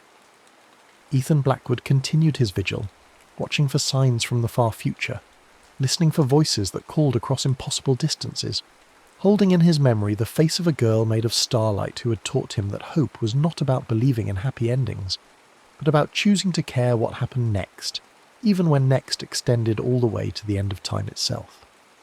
The final dawn he had witnessed was still billions of years in the future, but it cast its light backward through time, touching every moment with the knowledge that consciousness was precious, precisely because it was temporary, that love was meaningful precisely because it defied the logic of entropy, and that in the end, when the last star died and the universe forgot how to dream, what would remain was not the darkness, but the light that had chosen to shine against it.